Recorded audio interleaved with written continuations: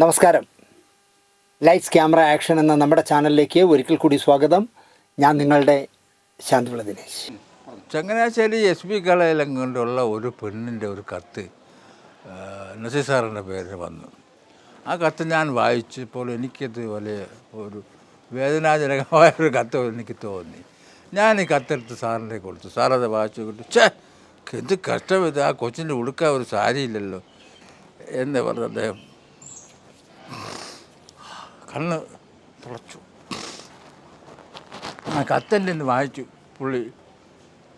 പിന്നെ അതിനെക്കുറിച്ച് ഞാൻ അന്വേഷിക്കാൻ പോയില്ല. പക്ഷെ ഞാൻ അറിഞ്ഞു ആ ചങ്ങനാശ്ശേരി കോളേജിൽ ആ കുട്ടിയുടെ രക്ഷകർത്താൻ പ്രിൻസിപ്പളിനെ വിളിച്ചിട്ട് ആ കുട്ടി പഠിച്ച് പാസ്സാകുന്നത് വരെയുള്ള സകല ചെലവുകളും പ്രൈം മിനിസ്റ്റർ നിർവഹിക്കാമെന്ന് പ്രിൻസിപ്പളിനെ വിളിച്ച് ഏർപ്പാട് ചെയ്തു. അതൊക്കെ ആലോചിക്കുമ്പോൾ എനിക്ക് വല്ലാത്തൊരു ആ കുട്ടിയുടെ സർവ്വചലവും അടിപ്പാവാട വരെ അങ്ങനെ പറഞ്ഞാണ് വാങ്ങിച്ചു കൊടുത്ത് ആ കുട്ടിയെ പഠിപ്പിച്ച് ഇപ്പോൾ കുട്ടി വളർന്ന് എവിടെയോ വലിയ ഉദ്യോഗസ്ഥയായിട്ട് ജീവിച്ചിരിപ്പുണ്ടാകാം. അന്നത്തെ സംഭവമാണ് ഞാൻ പറയുന്നത്.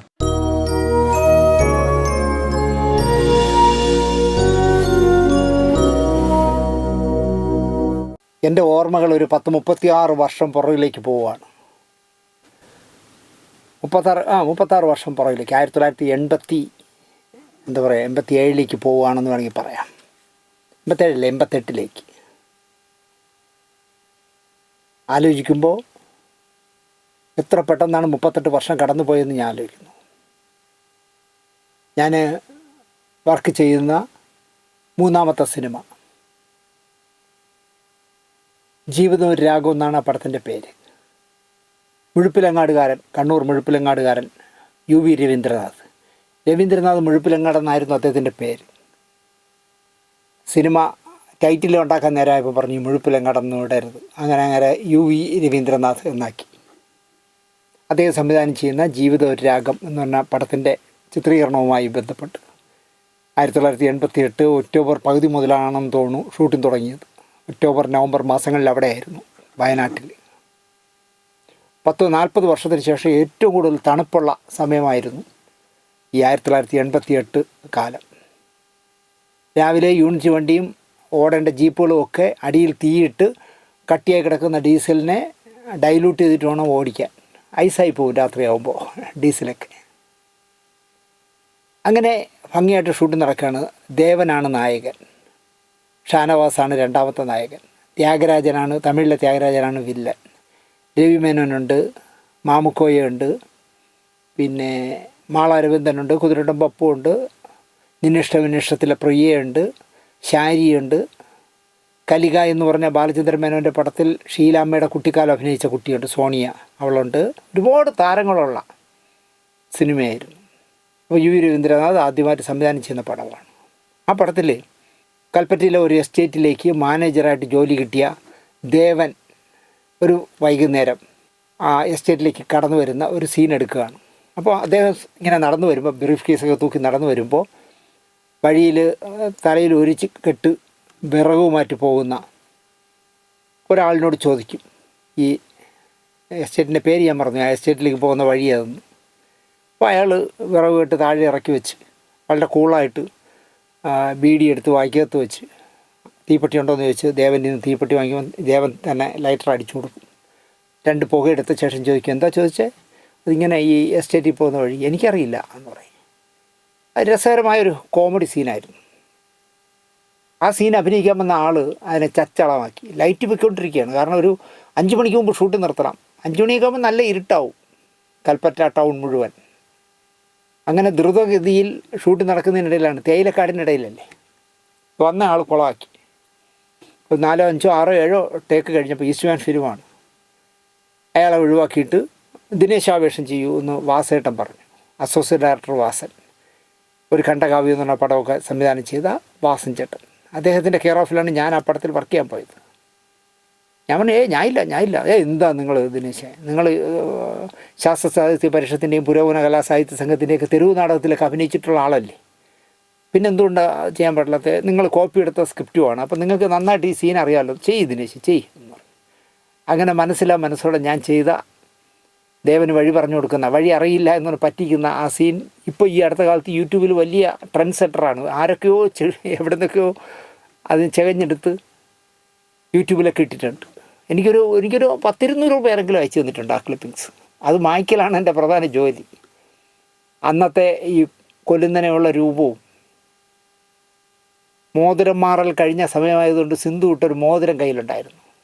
ആ മോതിരം കാണാതിരിക്കാൻ വേണ്ടി ഊരാൻ പറ്റുന്നില്ല. അങ്ങനെ അതിലൊരു നൂലൊക്കെ ഇട്ട് തുണിയൊക്കെ ഇട്ട് കെട്ടി മുറിവ് വന്നവരെയൊക്കെ കെട്ടിയിട്ടൊക്കെയാണ് ഞാൻ അഭിനയിച്ചത്. മോശമല്ലാതെ ചെയ്തു എന്നാണ് സിനിമ കണ്ടവരും ഷൂട്ടിംഗ് കണ്ടവരും ഒക്കെ പറഞ്ഞത്.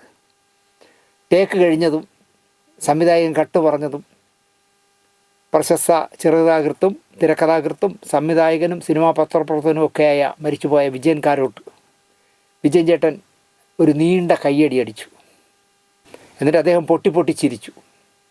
ചിരിച്ചിട്ട് പറഞ്ഞു, എടാ നീ സഹസംവിധാന പണിയൊന്നും ചെയ്യണ്ട, നീ അഭിനയ രംഗത്തേക്ക് ഇറങ്ങ്, നിനക്ക് അതാണ് നിൻ്റെ മേഖല എന്ന് എനിക്ക് തോന്നുന്നു, നീ മനോഹരമായി, നല്ല ടൈമിങ് നിനക്ക്, നീ നടനാവണം എന്ന് പറഞ്ഞു. എന്തുകൊണ്ടോ എനിക്ക് നടനാവാനുള്ള യോഗ്യതയില്ല എന്ന് വിശ്വസിക്കുന്ന ഒരാളാണ് ഞാൻ. എന്നാൽ തെരുവ് നാടകങ്ങളിൽ വിദ്യാഭ്യാസമില്ലാത്ത വിദ്യാഭ്യാസ വകുപ്പ് മന്ത്രിയായിട്ട് ഞാൻ ഒരുപാട് കയ്യടി നേടിയിട്ടുണ്ട്. വിദ്യാഭ്യാസ വകുപ്പ് മന്ത്രിയായിട്ട് കടലിൽ മരമുണ്ടായിട്ടാണോ മഴ പെയ്യുന്നത് എന്ന് ചോദിക്കുന്ന മണ്ടനായ ഒരു വിദ്യാഭ്യാസ വകുപ്പ് മന്ത്രിയായിട്ട് ഒരുപാട് പേര് പൊട്ടിച്ചിരിച്ചിട്ടുണ്ട്. അപ്പോൾ ഹ്യൂമർ വേഷങ്ങളൊക്കെ ഒരു പരിധി വരെ ചിലപ്പോൾ എനിക്ക് ചെയ്യാമായിരുന്നു. പക്ഷേ ഞാനെന്തോ അക്കാലത്ത് അഭിനയിക്കുന്നതിനോട് അത്രയും താല്പര്യം കാണിച്ചിരുന്നില്ല. വിജയൻ കാരോട്ട് എന്നെ അഭിനന്ദിച്ചതിൻ്റെ തൊട്ട് പിന്നാലെ അപ്പോൾ ദേവൻ്റെ കൂടെ സ്ഥിരമായിട്ട് ലൊക്കേഷനിൽ വരുന്ന ഒരാളുണ്ട്, ഒരു താടിക്കാരൻ. ഒരു 100 ഗ്രാം എണ്ണയൊക്കെ തേച്ച് തലമുടി മുഴുവൻ പറ്റക്കോതി നല്ല സമൃദ്ധമായ താടിയും ഒക്കെ ആയിട്ട് സരസനായി സംസാരിക്കുന്ന, എന്നാൽ വളരെ സീരിയസ് ആയ ഒരു മനുഷ്യൻ, ഒരു മെലിഞ്ഞൊരാൾ. നമ്മൾ തുടക്കക്കാരനായതുകൊണ്ടാണ്, എൻ്റെ 3ാമത്തെ പടമില്ല, അതുകൊണ്ട് ഞാൻ കൂടുതൽ അന്വേഷിക്കാനൊന്നും പോയില്ല അതാരെന്ന്. സദാസമയം ദേവനുമായിട്ട് ഏതെങ്കിലും ഒരു തേയിലക്കാടിൻ്റെ ഇടയിലുള്ള ഒരു മരത്തിൻ്റെ ചോട്ടിൽ എപ്പോഴും വർത്തമാനം പറഞ്ഞുകൊണ്ടേയിരിക്കും അവർ രണ്ടുപേരുമായിട്ട്. അദ്ദേഹം ലൊക്കേഷനുണ്ടായിരുന്നു, ദേവൻ അഭിനയിക്കുകയില്ലേ, അത് കണ്ടുകൊണ്ട് നിന്നിട്ട് വിജയൻ കാരോട്ട് കൈയടിച്ചതിൻ്റെ പിന്നാലെ അദ്ദേഹം വന്ന് എനിക്ക് കൈ തന്നു. എനിക്കത് എന്താ പറയുക, ഞാൻ ജീവിതത്തിൽ മറക്കില്ല ഈ 2 പേര് കൈ തന്നത്. ഷൂട്ടിംഗ് കഴിഞ്ഞു, ഷൂട്ടിംഗ് പാക്കപ്പായി. 1989 ജനുവരി ആദ്യം ഞങ്ങൾ മദ്രാസിൽ അതിൻ്റെ എഡിറ്റിങ്ങും ഡബ്ബിങ്ങും ഒക്കെ തുടങ്ങി. എഡിറ്റിങ്ങും ഡബ്ബിങ്ങും ഒക്കെ നടന്നുകൊണ്ടിരിക്കുമ്പോൾ ഒരു ദിവസം രാവിലെ, ഞാൻ ഇന്നും നല്ല ഓർമ്മയിലാണ് എനിക്ക്, ജനുവരി 16-ാം തീയതി രാവിലെ ഒരു വാർത്ത പരക്കുന്നു. മലയാളത്തിൻ്റെ ഇതിഹാസ നായകനായ, നിത്യഹരിത നായകനായ നസീർ സാർ ഈ ലോകം വിട്ടുപോയി. ഇപ്പോഴും എനിക്കതൊരു നടുക്കത്തോടെ കേട്ട ആ ഓർമ്മ എനിക്കിപ്പോഴും ഉണ്ട്. ഞാൻ ഉറങ്ങിക്കിടക്കുമ്പോൾ ആരോ ഒന്ന് വിളിച്ചുണർത്തിയിട്ട് നമ്മളെ സിനിമയായിട്ട് ബന്ധപ്പെട്ട ആരോ ആണ് പറഞ്ഞിടാ നസീർ സാർ മരിച്ചുപോയി എന്ന് പറഞ്ഞു. അപ്പോൾ ഞങ്ങളുടെ ഷൂട്ടിംഗ് നടന്നുകൊണ്ടിരിക്കുന്നതിനിടയിൽ നസീർ സാറിനെ വിജയ ഹോസ്പിറ്റലിൽ അഡ്മിറ്റ് ചെയ്ത കാര്യങ്ങളൊക്കെ ഷാനവാസ് പറയുമായിരുന്നു. ഇടയ്ക്കിടയ്ക്ക് ഷാനവാസ് ഫ്രീ ആകുമ്പോൾ ഒരു 2-3 ദിവസം ഉണ്ടെങ്കിൽ ഷാനവാസ് മദ്രാസിലേക്ക് പോകും. പോയിട്ട് തിരിച്ചു വരുമ്പോൾ അച്ഛൻ എങ്ങനെയുണ്ട് എന്ന്, ഇല്ല ഡാഡിക്ക് പ്രശ്നമൊന്നുമില്ല, 2-3 ദിവസത്തിനുള്ളിൽ ആശുപത്രിയിൽ നിന്ന് ഡിസ്ചാർജ് ചെയ്യുമെന്നൊക്കെയാണ് ഷാനവാസ് പറഞ്ഞിരുന്നത്. പക്ഷേ അത് എനിക്ക് തോന്നുന്നു ഷാനവാസിനും അറിയില്ലായിരുന്നു അത് ക്രിട്ടിക്കലാണെന്ന്. എന്തായാലും ജനുവരി 16-ാം തീയതി നസീർ സാറ് വെളുപ്പിന് 3:30 മണിക്ക് ഈ ലോകം വിട്ടുപോയി. പെട്ടെന്ന് കുളിച്ച് റെഡിയായി. എനിക്കന്ന് മദ്രാസ് അധികം പരിചയമില്ലല്ലോ, കാരണം ആദ്യ സിനിമ ചെയ്തത് മുഴുവൻ ചിത്രാഞ്ജലിയിലായിരുന്നു. ഒരു സിനിമയുടെ വർക്കിന് പോയ പരിചയമേ എനിക്കുള്ളൂ, പുറപ്പാട്. അപ്പോൾ ആരോ പോയി ഒരു റീത്തൊക്കെ വാങ്ങിക്കൊണ്ട് വന്നു. ഒരു കാറിൽ ഞങ്ങളെല്ലാവരും കൂടി, സംവിധായകനും നിർമ്മാതാവും, ഒരു രാമസ്വാമി എന്ന് പറഞ്ഞൊരു കോയമ്പത്തൂരുകാരനാണ് നിർമ്മാതാവ്, വാസൻ ചേട്ടൻ, ഞങ്ങളെല്ലാം കൂടെ കാറിൽ കയറി പോകുന്ന വഴിക്ക് ദേവൻ ചേട്ടനെയും വിളിച്ച് നസീർ സാറിൻ്റെ വീട്ടിൽ ചെന്നു. ആദ്യമായിട്ട് ഞാൻ നസീർ സാറിൻ്റെ വീട് കാണുകയാണ് മഹാലിംഗപുരത്തെ. ചെന്നിറങ്ങുമ്പോൾ അവിടെ ഒരു വലിയ സൂപ്പർ താരം മരിച്ച ഒരു ലാഞ്ചനയുമില്ല. 2-3 കാർ റോഡ് കിടപ്പുണ്ട്, 2-3 ബൈക്കും 2-3 ആൾക്കാരൊക്കെ നിൽപ്പുണ്ട്, അത്ര തന്നെ. ഇതെന്ത് പറ്റി, ആരും അറിഞ്ഞില്ല എന്ന് വിചാരിച്ചു. ആദ്യം അറിഞ്ഞു വരുന്നത് ഞങ്ങളാണെന്ന് കരുതി.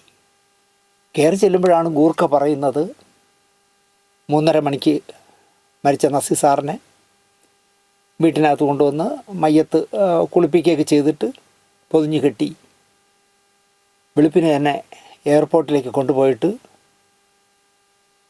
സാധനങ്ങൾ കയറ്റുന്ന കാർഗോയിൽ, അതിൻ്റെ വിമാനത്തിൻ്റെ അടിവശത്തുള്ള അതിൽ നസീർ സാറിൻ്റെ ചേതനേറ്റ പെട്ടിയെ കയറ്റി നസീർ സാറിൻ്റെ ഭാര്യയും മകനെയും അങ്ങനെ കുറച്ച് പേരെന്തോ ഉണ്ടായിരുന്നുള്ളൂ, അവരും കയറി ട്രിവാൻഡ്രത്തേക്ക് പോയി കഴിഞ്ഞു.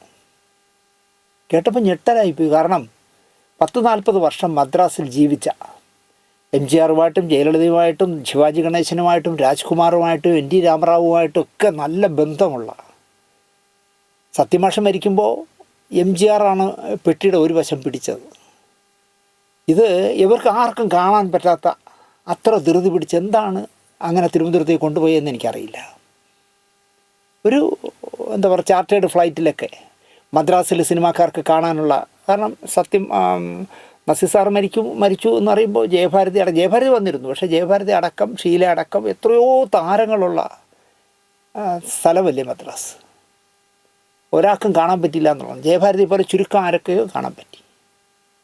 ഞാനപ്പോൾ ആലോചിച്ചത്, കുട്ടിയാണെങ്കിലും ചെറുപ്പക്കാരനാണെങ്കിലും ഞാനപ്പോൾ ആലോചിച്ചത്, നസീർ സാറിനെ കൊണ്ട് കോടീശ്വരന്മാരായ എത്ര നിർമ്മാതാക്കൾ മദ്രാസിലുണ്ടാക്കാലത്ത്. നസീർ സാറിൻ്റെ ഔദാര്യത്തിൽ സംവിധായകരായ എത്ര പേരുണ്ട്. ഇവരാരും അങ്ങനെ ചെയ്യരുത്, നമുക്കൊരു ഫ്ലൈറ്റ് ചാർട്ട് ചെയ്ത് ഞങ്ങളുമൊക്കെ കൂടെ വരാം, നമുക്കെല്ലാവരും കൂടി അവസാനമായി അദ്ദേഹത്തെ യാത്ര അയക്കാമെന്ന് ഒരുത്തനും പറഞ്ഞില്ല എന്നുള്ളതാണ്. ഇപ്പോൾ ക്യാമറയുടെ മുന്നിലും പുസ്തകത്തിലുമൊക്കെ എഴുതി തള്ളണോണം കാണാൻ നസീർ സാർ തേങ്ങയാണ് മാങ്ങയാണെന്നൊക്കെ.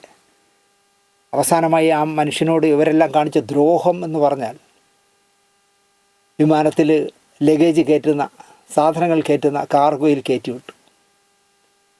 അതിലെനിക്ക് തോന്നുന്നു ഒരു പരിധിവരെ ഷാനവാസിനും പങ്കുണ്ടെന്ന് തോന്നുന്നു. കാരണം ഷാനവാസെങ്കിലും പറയണമായിരുന്നു, ഡാഡിയെ മദ്രാസിലുള്ളവർക്കെല്ലാം കാണാൻ കഴിഞ്ഞ ശേഷം ഫ്ലൈറ്റ് ചാർട്ട് ചെയ്ത് കൊണ്ടുപോകാം, വൈകുന്നേരമോ മറ്റും മദ്രാസിൽ നിന്ന് തിരുവനന്തപുരത്ത് എത്തിച്ചാൽ അന്ന് എന്താ പറയുക, മോർച്ചറിയിൽ വെച്ചിട്ട് പിറ്റേ ദിവസം തിരുവനന്തപുരത്തുള്ളവർക്കും ചെറിയകീഴുള്ളവർക്കും കണ്ട ശേഷം അടക്കാമെന്ന് തീരുമാനിച്ചാൽ മതിയായിരുന്നു. നസീർ സാർ അങ്ങനെ ജീവിച്ച മനുഷ്യനല്ലേ. അങ്ങനെയൊന്നുമല്ല, ഞങ്ങൾ ഇസ്ലാം മതപ്രകാരം മരിച്ചു കഴിഞ്ഞാൽ 24 മണിക്കൂറിന് മുമ്പ്, സന്ധ്യയ്ക്ക് മുമ്പ് അടക്കണം എന്നൊക്കെ വിചാരിച്ച് കാണും ചിലപ്പോൾ. നസീർ സാർ അങ്ങനെ ആയിരുന്നില്ല. എന്തായാലും സത്യമാഷിനെ അങ്ങനെ പെട്ടിക്കകത്ത് കയറ്റി കാർഗോയ്ക്കകത്തിട്ട് അയച്ചതുമില്ല. നസീർ ജീവിതകാലം മുഴുവൻ നല്ലത് ചെയ്ത നസീർ സാറിന് കിട്ടിയ അനുഭവം അവസാനം ഇതായിരുന്നു. സാധനങ്ങൾ കയറ്റുന്ന, ലഗേജ് കയറ്റുന്നിടത്ത് കിടന്ന് പോകാനായിരുന്നു അദ്ദേഹം. ഒരു 3 സീറ്റ് അഴിച്ചു മാറ്റിയിട്ട് അവിടെ വെച്ച് കൊണ്ടുവരാനുള്ള സന്മനസ് പോലും, അതിൻ്റെ പൈസ അടച്ചാൽ മതിയായിരുന്നു, അതുപോലും ചെയ്തില്ല എന്നുള്ളതാണ് ദ്രോഹികൾ. അദ്ദേഹത്തെ കൊണ്ട് ഈ കോടികളുണ്ടാക്കിയവന്മാർക്ക് ഉതവാതെ പോയതും അതുകൊണ്ടായിരിക്കുമെന്ന് ഞാൻ വിശ്വസിക്കുന്നു. നസീർ സാർ പോയി. ഈ നസീർ സാറിൻ്റെ ചേതനേറ്റ ശരീരം അവിടെ ഇല്ല എന്നറിഞ്ഞപ്പോൾ, ഈ ഞാൻ നേരത്തെ പറഞ്ഞല്ലോ, മെലിഞ്ഞ താടിയുള്ള മനുഷ്യൻ്റെ കയ്യിലിരുന്ന റീത്തിനെ പിടിച്ചു വാങ്ങിയിട്ട് ദേവൻ ചേട്ടൻ, ഞാൻ അതുവരെ അദ്ദേഹത്തെ ഇങ്ങനെ ശോഭത്തോടെ കണ്ടിട്ടില്ല. അദ്ദേഹം ഗേറ്റിൻ്റെ മുന്നിൽ എറിഞ്ഞ് പൊട്ടിച്ചു, ആ റീത്തിനെ അടിച്ച് പൊട്ടിച്ചു, ഇല്ലാതാക്കി. അങ്ങനെ ആ ഒരു രംഗം ഞാൻ ഇങ്ങനെ നോക്കി നിൽക്കുകയാണ്. അപ്പോൾ അത് കഴിഞ്ഞപ്പോൾ ദേവൻ റീത്തിനെ മുഴുവൻ ഇല്ലാതാക്കി കഴിഞ്ഞപ്പോൾ ആ മെലിഞ്ഞ മനുഷ്യൻ ഭയങ്കരമായിട്ട് ആക്രോശിച്ച് സംസാരിക്കുന്നു. പ്രേം നസീറിന് ഇങ്ങനെയാണോടോ നീയൊക്കെ കേരളത്തിലേക്ക് അയക്കേണ്ടത്? അങ്ങനെ അവസാനമായി അദ്ദേഹത്തെ കാണാൻ പോലും ആരെയും, എന്നെ അടക്കം കാണാൻ സമ്മതിക്കാതെ നീയൊക്കെ നസീർ സാറിനെ കയറ്റി വിട്ടല്ലടാ മറ്റോ എന്നൊക്കെ പറഞ്ഞ് ഭയങ്കര ബഹളം പുള്ളി. അവിടുന്ന് ഞങ്ങൾ സംഘടിതരായി ഈ മനുഷ്യൻ്റെ നേതൃത്വത്തിൽ മദ്രാസിലെ സ്റ്റുഡിയോകളിലൊക്കെ പോയി ചെല്ലുമ്പോൾ എനിക്ക് ഏറ്റവും കൗതുകം തോന്നിയത്, അയ്യപ്പനും ബാബരും അടക്കം നസീർ സാറിനെ വെച്ച് നിരവധി സിനിമകൾ ചെയ്തിട്ടുള്ള എഡിറ്റർ സുരേഷ്, നസീർ സാറ മരിച്ചെന്ന് അറിഞ്ഞിട്ട് പോലും എഡിറ്റിംഗ് നടത്തിക്കൊണ്ടിരിക്കുന്നു അദ്ദേഹത്തിൻ്റെ എഡിറ്റിംഗ് റൂമിൽ. അവിടെ ചെന്ന് ബഹളം ഉണ്ടാക്കി. ഏതെല്ലാം സ്റ്റുഡിയോയിൽ പോകുമ്പോൾ മദ്രാസ് സിറ്റിയിൽ ഏതൊക്കെ കോടമ്പക്കത്ത് ഏതൊക്കെ സ്റ്റുഡിയോ ഉണ്ട് എല്ലാ സ്റ്റുഡിയോയിലും പോയി സംഘടിതമായി പോയിട്ട് അടപ്പിച്ചു. ഒരാൾ പോലും, പലരും പറഞ്ഞു ഞങ്ങൾ അറിഞ്ഞില്ല നസീർ സാർ മരിച്ചത്. കാരണം പത്രം പിന്നെ വൈകുന്നേരമല്ലേ വരും, വെളുപ്പിന് 3:30 കഴിഞ്ഞാന്ന് പറയുമ്പോൾ ലാസ്റ്റ് എഡിഷൻ അടിച്ചു പോകുമല്ലോ.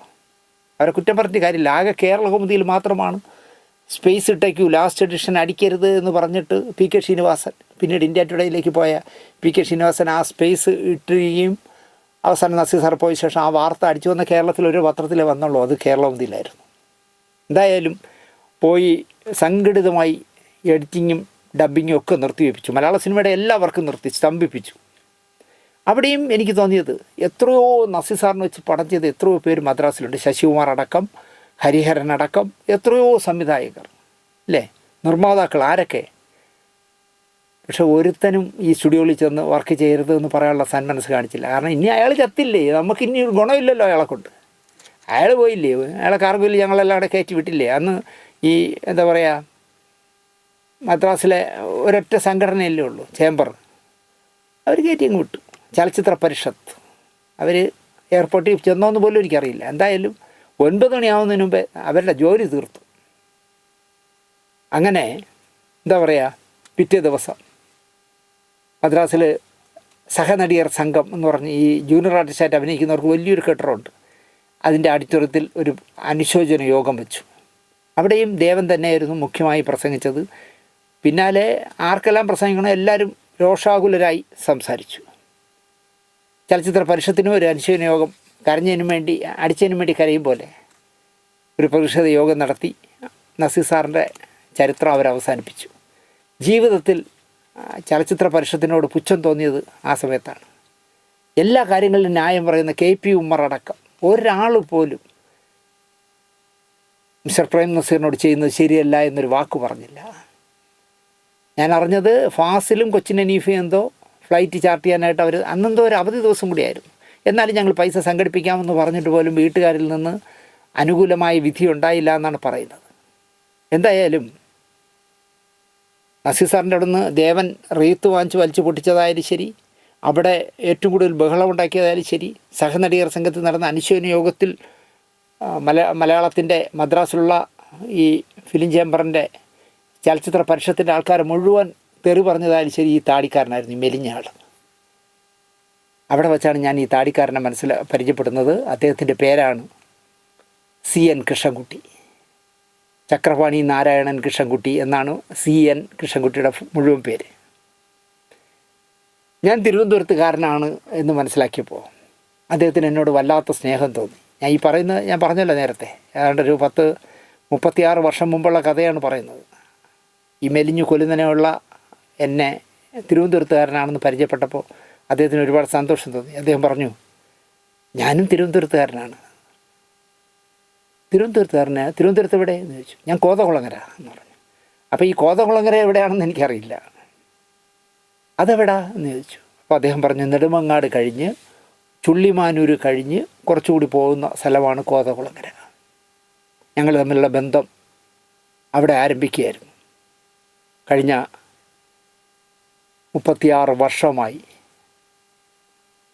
ആഴ്ചയിൽ ഒരു ദിവസമെങ്കിലും ഫോണിലൂടെ സംസാരിക്കും. 2 മാസം കൂടുമ്പോഴെങ്കിലും നേരിൽ കാണുമായിരുന്നു. നല്ല ഹൃദയബന്ധമായിരുന്നു ഞാനും CN കൃഷ്ണൻകുട്ടിയുമായിട്ട്. ഞാൻ മദ്രാസിൽ ചെന്നാൽ എൻ്റെ മുറിയിൽ വരും. അന്ന് കുറേ നേരം പല കാര്യങ്ങളും സംസാരിച്ചിരിക്കും. സിനിമയ്ക്കകത്തുനിന്ന് ഒരുപാട് വിവരങ്ങൾ, ഒരുപാട് രഹസ്യങ്ങൾ, നമ്മൾ ആരാധനയോടെ കാണുന്ന ചില നടീനടന്മാരുടെ ആയാലും സംവിധായകരുടെ ആയാലും നിർമ്മാതാക്കളുടെയൊക്കെ ചെറ്റ കഥകളടക്കം ഒരുപാട് കഥകൾ എനിക്ക് പറഞ്ഞു തന്നത് CN കൃഷ്ണൻകുട്ടി ചേട്ടനായിരുന്നു. തിരുവനന്തപുരത്ത് വരികയാണെങ്കിൽ അദ്ദേഹം ഞാൻ തുടങ്ങിയ സ്റ്റുഡിയോയിലായിരിക്കും പകൽ മുഴുവൻ. രാവിലെ ഒരു 9:30-10 മണിയാകുമ്പോൾ വരും. ഞങ്ങൾ ചായ കുടിക്കലും സിഗരറ്റ് വലിക്കലും, അദ്ദേഹം സിഗരറ്റ് വലിക്കും, അത് പുറത്തിറങ്ങിയെന്നേ വലിക്കുകയുള്ളൂ, ഓഫീസിനകത്തിരുന്ന് വലിക്കില്ല. പിന്നെ അത് ഞാൻ തന്നെ വാങ്ങിക്കൊടുക്കും. പിന്നെ ഉച്ച ഊണമൊക്കെ കഴിഞ്ഞ് വൈകുന്നേരത്തെ ചായ കുടിയൊക്കെ കഴിഞ്ഞ് ഒരു 6-6:30 മണിയാവാതെ ഞങ്ങൾ പിരിയില്ല. ഇടയ്ക്ക് എന്നോട് പറയും, ബാ ഇന്ന് നാളെ ഞായറാഴ്ചയല്ലേ, നിങ്ങൾ വരുമോ? എന്ത് അല്ല, നമുക്ക് വൈപ്പനേരെ വീട് വരെ പോവാം. അപ്പോൾ അദ്ദേഹം സിനിമാ മംഗളത്തിൽ വർക്ക് ചെയ്യും കുറേ കാലമായിട്ട്. തുടക്കം മുതൽ അവസാന ലക്കം വരെ അദ്ദേഹം സിനിമാ മംഗളത്തിൻ്റെ മദ്രാസ് ലേഖനായിരുന്നു. അങ്ങനെ വൈപ്പനയുടെ വീട്ടിൽ കൊണ്ടു ചെല്ലും. ഇദ്ദേഹത്തെ എൻ്റെ വണ്ടി കയറ്റി, സ്കൂട്ടറിലായാലും കാറിലായാലും ഇദ്ദേഹം കയറ്റി അവിടെ ചെല്ലും. മധു വൈപ്പനയ്ക്കും ഒരുപാട് ഇഷ്ടമായിരുന്നു അദ്ദേഹത്തെ. അങ്ങനെ ആ ബന്ധം 36 വർഷം തുടർന്നു. പ്രേം നസീറിനെ പറ്റി ഞാനിപ്പോൾ പറയുന്ന ഏറ്റവും കൂടുതൽ കഥ പറയുന്നത് നസീർ സാറിനെ കുറിച്ചാണല്ലോ. നസീർ സാറിനെ കുറിച്ച് എനിക്ക് ഏറ്റവും കൂടുതൽ കഥകൾ പറഞ്ഞു തന്നിട്ടുള്ളത് CN കൃഷ്ണൻകുട്ടി ചേട്ടനാണ്. CN പറയുന്നത് അതൊരു പ്രത്യേക ജന്മമെന്നാണ് പറയുന്നത്. ആശാനെ, എന്നെ ആശാനെ എന്ന് വിളിക്കും. ഒരിക്കൽ പോലും എന്നെ ശാന്തി വിളയെന്നോ ദിനേശ് എന്നോ വിളിച്ചിട്ടില്ല. ആശാനെ, അതൊരു പ്രത്യേക ജന്മമാണ് ആശാനെ. നസീർ സാറിനെ പറയുകയാണ്. ഷാനവാസ് ഉണ്ടാക്കി വയ്ക്കുന്ന പുലിവാലുകൾ പരിഹരിക്കാൻ നസീർ സാർ പറഞ്ഞു വിടുന്ന പ്രധാനി CN ആയിരുന്നു. പ്രേം നസീറിന് വരുന്ന ആയിരക്കണക്കിന് കത്തുകൾ പൊട്ടിച്ച് വായിച്ച് അതിൽ മറുപടി അർഹിക്കുന്നുണ്ടെന്ന് തോന്നിയാൽ അതിനെ തിരഞ്ഞെടുത്ത് വെച്ച് നസീർ സാറിന് വായിക്കാൻ കൊടുക്കും, അല്ലെങ്കിൽ വായിച്ചു കൊടുക്കും. അത് കേട്ടിട്ട് നസീർ സാറിന് എൻ്റെ മറുപടി പറയുന്നതിനെ കുറിച്ചെടുക്കും. ഇതായിരുന്നു ഈ കോതകുളങ്ങര തുളസി മന്ദിരത്തിൽ ചക്രപാണിയുടെ 5 മക്കളിൽ ഏക ആൺതരിയായ സി എൻ കൃഷ്ണൻകുട്ടിയുടെ കുറേ കാലത്തെ ജോലി അതായിരുന്നു. കുട്ടിയായിരിക്കും മുതൽ എന്താണെന്ന് പറഞ്ഞാൽ കുഞ്ഞായിരുന്ന കാലം മുതലേ അദ്ദേഹം ഒരു റബലായിരുന്നു. നേരെ വാ എന്ന് പറഞ്ഞ് നടക്കുന്ന ആളായിരുന്നില്ല. അല്പം ഒരു ചൂടനായിരുന്നു. അത് വീട്ടിലായാലും ശരി, നാട്ടിലായാലും ശരി. ആ പരിവേഷത്തിലാണ് അദ്ദേഹം വളർന്നത്. അത് എന്തുകൊണ്ട് അദ്ദേഹം റബലായി എന്ന് എനിക്കറിയാം. 4 പെൺകുട്ടികൾക്ക് ഒരു സഹോദരനേ ഉള്ളൂ. പക്ഷേ എന്തുകൊണ്ടോ അദ്ദേഹം ഒരു റബലിൻ്റെ കുപ്പായം അണിഞ്ഞ ആളായിരുന്നു. അതുകൊണ്ട് തന്നെ പഠിത്തം പാതി വഴിയിൽ നിർത്തി. അത് കഴിഞ്ഞപ്പോൾ ആരോ പറഞ്ഞ് അദ്ദേഹം മേക്കപ്പ് പഠിച്ചു. മേക്കപ്പ് സിനിമയ്ക്കൊന്നുമല്ല, ഈ കോളേജുകളിൽ നടക്കുന്ന ഫെസ്റ്റിവലുകൾക്കും സ്കൂളുകളിൽ നടക്കുന്ന യുവനോത്സവങ്ങൾക്കും ഒക്കെ മേക്കപ്പ് ചെയ്യലായിരുന്നു കുറേ കാലം അദ്ദേഹത്തിൻ്റെ പണി. അതിൽ രസം എന്താണെന്ന് ചോദിച്ചാൽ, കോളേജിൽ അഭിനയിക്കാനായിട്ട് പെൺകുട്ടികളെ കിട്ടാൻ ബുദ്ധിമുട്ട്, ആൺകുട്ടികളോടൊപ്പം അഭിനയിക്കാൻ കിട്ടാൻ ബുദ്ധിമുട്ട് വരുമ്പോൾ ആൺകുട്ടികളെ പെൺവേഷം കെട്ടിക്കുമായിരുന്നു. അതിൻ്റെ എക്സ്പെർട്ടായിരുന്നു സി എൻ കൃഷ്ണൻകുട്ടി. നല്ല മനോഹരികളായ പെൺകുട്ടികളാക്കി ആൺകുട്ടികളെ മാറ്റാൻ പ്രത്യേക കരവിരുത് അദ്ദേഹത്തിനുണ്ടായിരുന്നു. ഇതിനിടയിലാണ് ഒരു ചിത്രകാരനായ ഒരു സുഹൃത്തിൻ്റെ ഭാര്യയുടെ അനിയത്തിയുമായിട്ട് പരിചയപ്പെടുന്നത്. സുഹൃത്തൊരു ചിത്രകാരനായിരുന്നു. ആ സുഹൃത്തിൻ്റെ ചിത്രകാരൻ്റെ ഭാര്യയുടെ അനുജത്തിയെ പരിചയപ്പെട്ടു. അവരൊരു നൃത്ത അധ്യാപികയാണ്. അപ്പോൾ അവരെവിടെയെങ്കിലുമൊക്കെ നൃത്തത്തിൻ്റെ അരങ്ങേറ്റം നടക്കുന്നിടത്തും മേക്കപ്പ് ചെയ്യുന്നത് സി എൻ കൃഷ്ണൻകുട്ടിയായിരുന്നു. പ്രോഗ്രാമിനായി ഓരോരോ കുട്ടികളെ സ്റ്റേജിൽ നിന്ന് സ്റ്റേജിൻ്റെ മേളിൽ നിന്നിട്ട് താഴെ നിന്ന് മേക്കപ്പ് ചെയ്ത് വരുന്ന കുട്ടികളെ ഇങ്ങനെ കൈ കൊടുത്ത് പിടിച്ച് മേളിലേക്ക് കയറ്റി സ്റ്റേജിൻ്റെ സൈഡിൽ നിർത്തുമായിരുന്നു സി എൻ കൃഷ്ണൻകുട്ടി. അങ്ങനെ ഇവിടെ തിരുവനന്തപുരത്ത് പേട്ടയ്ക്കടുത്ത് എവിടെയോ, ജലാശുപത്രിക്ക് താഴെ എവിടെയോ ഒരു പ്രോഗ്രാമിന് ഇതുപോലെ ഓരോ കുട്ടികളെ ഈ കൈപിടിച്ച് സ്റ്റേജിലേക്ക് കയറ്റിയിട്ട് അവസാനം കൈനീട്ടിയത് കുട്ടികളെ പഠിപ്പിക്കുന്ന ആ ടീച്ചറെ നേരെയായിരുന്നു. പക്ഷേ ടീച്ചർ കൈനീട്ടിയപ്പോൾ ടീച്ചർ കയറി കൈ പിടിച്ചു, വലിച്ചങ്ങ് മേളിൽ കയറ്റിയിട്ട് സി എൻ ആ കൈ വിട്ടില്ല. ഞാൻ ജീവിതത്തിൽ ആദ്യമായാണ് ഒരു യുവതിയുടെ കയ്യിൽ കയറി പിടിക്കുന്നത് എന്നാണ് അദ്ദേഹം അന്ന് അവരോട് പറഞ്ഞത്. നമുക്ക് ഈ പിടുത്തം ജീവിത അവസാനം വരെ തുടരാമോ എന്ന് ചോദിച്ചു. അപ്പോൾ ഇവർ രണ്ടുപേരും 2 ജാതിയിൽപ്പെട്ടവരാണ്. ഹിന്ദുക്കളാണെങ്കിലും 2 ജാതിയിൽപ്പെട്ടവരാണ്. സി എൻ കൃഷ്ണൻകുട്ടിക്ക് അതൊന്നും ഒരു പ്രശ്നമേ അല്ല. നിങ്ങൾക്കോ എന്ന് ചോദിച്ചു. അപ്പോൾ നൃത്ത അധ്യാപിക പറഞ്ഞു, എനിക്കും പ്രശ്നമില്ല. വീട്ടിൽ സഹോദരിമാരോട് ആരോടും ഈ റബലായതുകൊണ്ട് ഇതൊന്നും പറഞ്ഞില്ല. അമ്മയോട് മാത്രം പറഞ്ഞു, അമ്മ, നമ്മുടെ ജാതിയിലുള്ള അല്ലാത്ത ഒരു പെൺകുട്ടി ഒരു നൃത്ത അധ്യാപികയുമായിട്ട് എനിക്ക് പരിചയമുണ്ട്, ഞങ്ങൾ ഒന്നിച്ച് ജീവിച്ചാലോ എന്ന് ആലോചിക്കുകയാണ് എന്ന് പറഞ്ഞു. നിനക്കും ആ കുട്ടിക്കും പ്രശ്നമില്ല എങ്കിൽ എനിക്കെന്ത് പ്രശ്നം, കെട്ടിക്കോ. അവിടെയാണ് സി എൻ കൃഷ്ണൻകുട്ടിയുടെ ദാമ്പത്യ ജീവിതം ആരംഭിക്കുന്നത്. അന്ന് ആ നൃത്ത അധ്യാപിക കൈകൊടുത്ത് നമുക്കൊന്നിച്ച് ജീവിച്ചാലോ എന്നുള്ളവേ, നിങ്ങളെനിക്ക് കല്യാണം കഴിക്കാൻ പറ്റില്ല എന്ന് പറഞ്ഞിരുന്നെങ്കിൽ സി എൻ തകർന്നു പോയേനെ. കാരണം പെൺവിഷയത്തിലൊക്കെ സി എൻ ഒരു കർക്കശക്കാരനായ അച്ചടക്കക്കാരനാണ്. അയ്യോ, ആ പെൺകുട്ടി എന്നെ ഇൻസൾട്ട് ചെയ്തല്ലോ, ഇനി ജീവിതത്തിൽ പെണ്ണ് വേണ്ട എന്ന് ചിലപ്പോൾ സി എൻ അന്ന് തീരുമാനിച്ചേനെ. പക്ഷേ അവർ സമ്മതിച്ചപ്പോൾ അദ്ദേഹത്തിന് സന്തോഷമായി. തിരുവനന്തപുരത്ത് കുരിയാത്തി എന്ന് പറഞ്ഞ ആറ്റിയാൽ അമ്പലത്തിന് തൊട്ട് മുമ്പുള്ള ജംഗ്ഷനാണ് കുരിയാത്തി ജംഗ്ഷൻ. അവിടെ അവിട്ടം തിരുനാൾ ഗ്രന്ഥശാല എന്ന് പറഞ്ഞ് തലസ്ഥാനത്ത് ഒരു വലിയ ഗ്രന്ഥശാലയുണ്ട്. ആ ഗ്രന്ഥശാല വർഷം തോറും നാടക മത്സരം നടത്തുമായിരുന്നു. കേരളത്തിലെ ഏറ്റവും അറിയപ്പെടുന്ന നാടക മത്സരങ്ങളിലൊന്നായിരുന്നു കുരിയാത്തി അവിട്ടം തിരുനാൾ ഗ്രന്ഥശാല വർഷാവർഷം നടത്തിയിരുന്ന നാടകോത്സവം. അപ്പോൾ അവിടെ നാടക മത്സരത്തിനായി സി എൻ കൃഷ്ണൻകുട്ടി ദക്ഷിണായനം എന്ന് പറഞ്ഞൊരു നാടകം എഴുതി.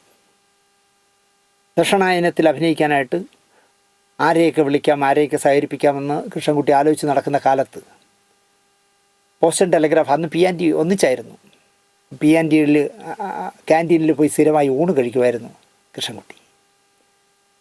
ആ ക്യാൻറ്റീനിൽ ഭക്ഷണമൊക്കെ വിളമ്പുന്നത് നല്ല ഹൈറ്റുള്ള, തൊട്ടാൽ ചോര തെറിക്കുന്ന നിറമുള്ള, നല്ല എന്താ പറയുക, എല്ലാവരോടും സൗഹൃദത്തോടെ സംസാരിക്കുന്ന ഒരു പ്രത്യേക ബാസിലെ ശബ്ദമുള്ള, നല്ല കഥ പറയുന്ന കണ്ണുകളുള്ള ഒരു ചെറുപ്പക്കാരനാണ്. ഒരു 6 അടി 2 ഇഞ്ചൊക്കെ പൊക്കമുള്ള നല്ല ഒത്ത ഒരു ചെറുപ്പക്കാരനാണ് ആഹാരം വിളമ്പുന്നതിൽ ഒരാൾ.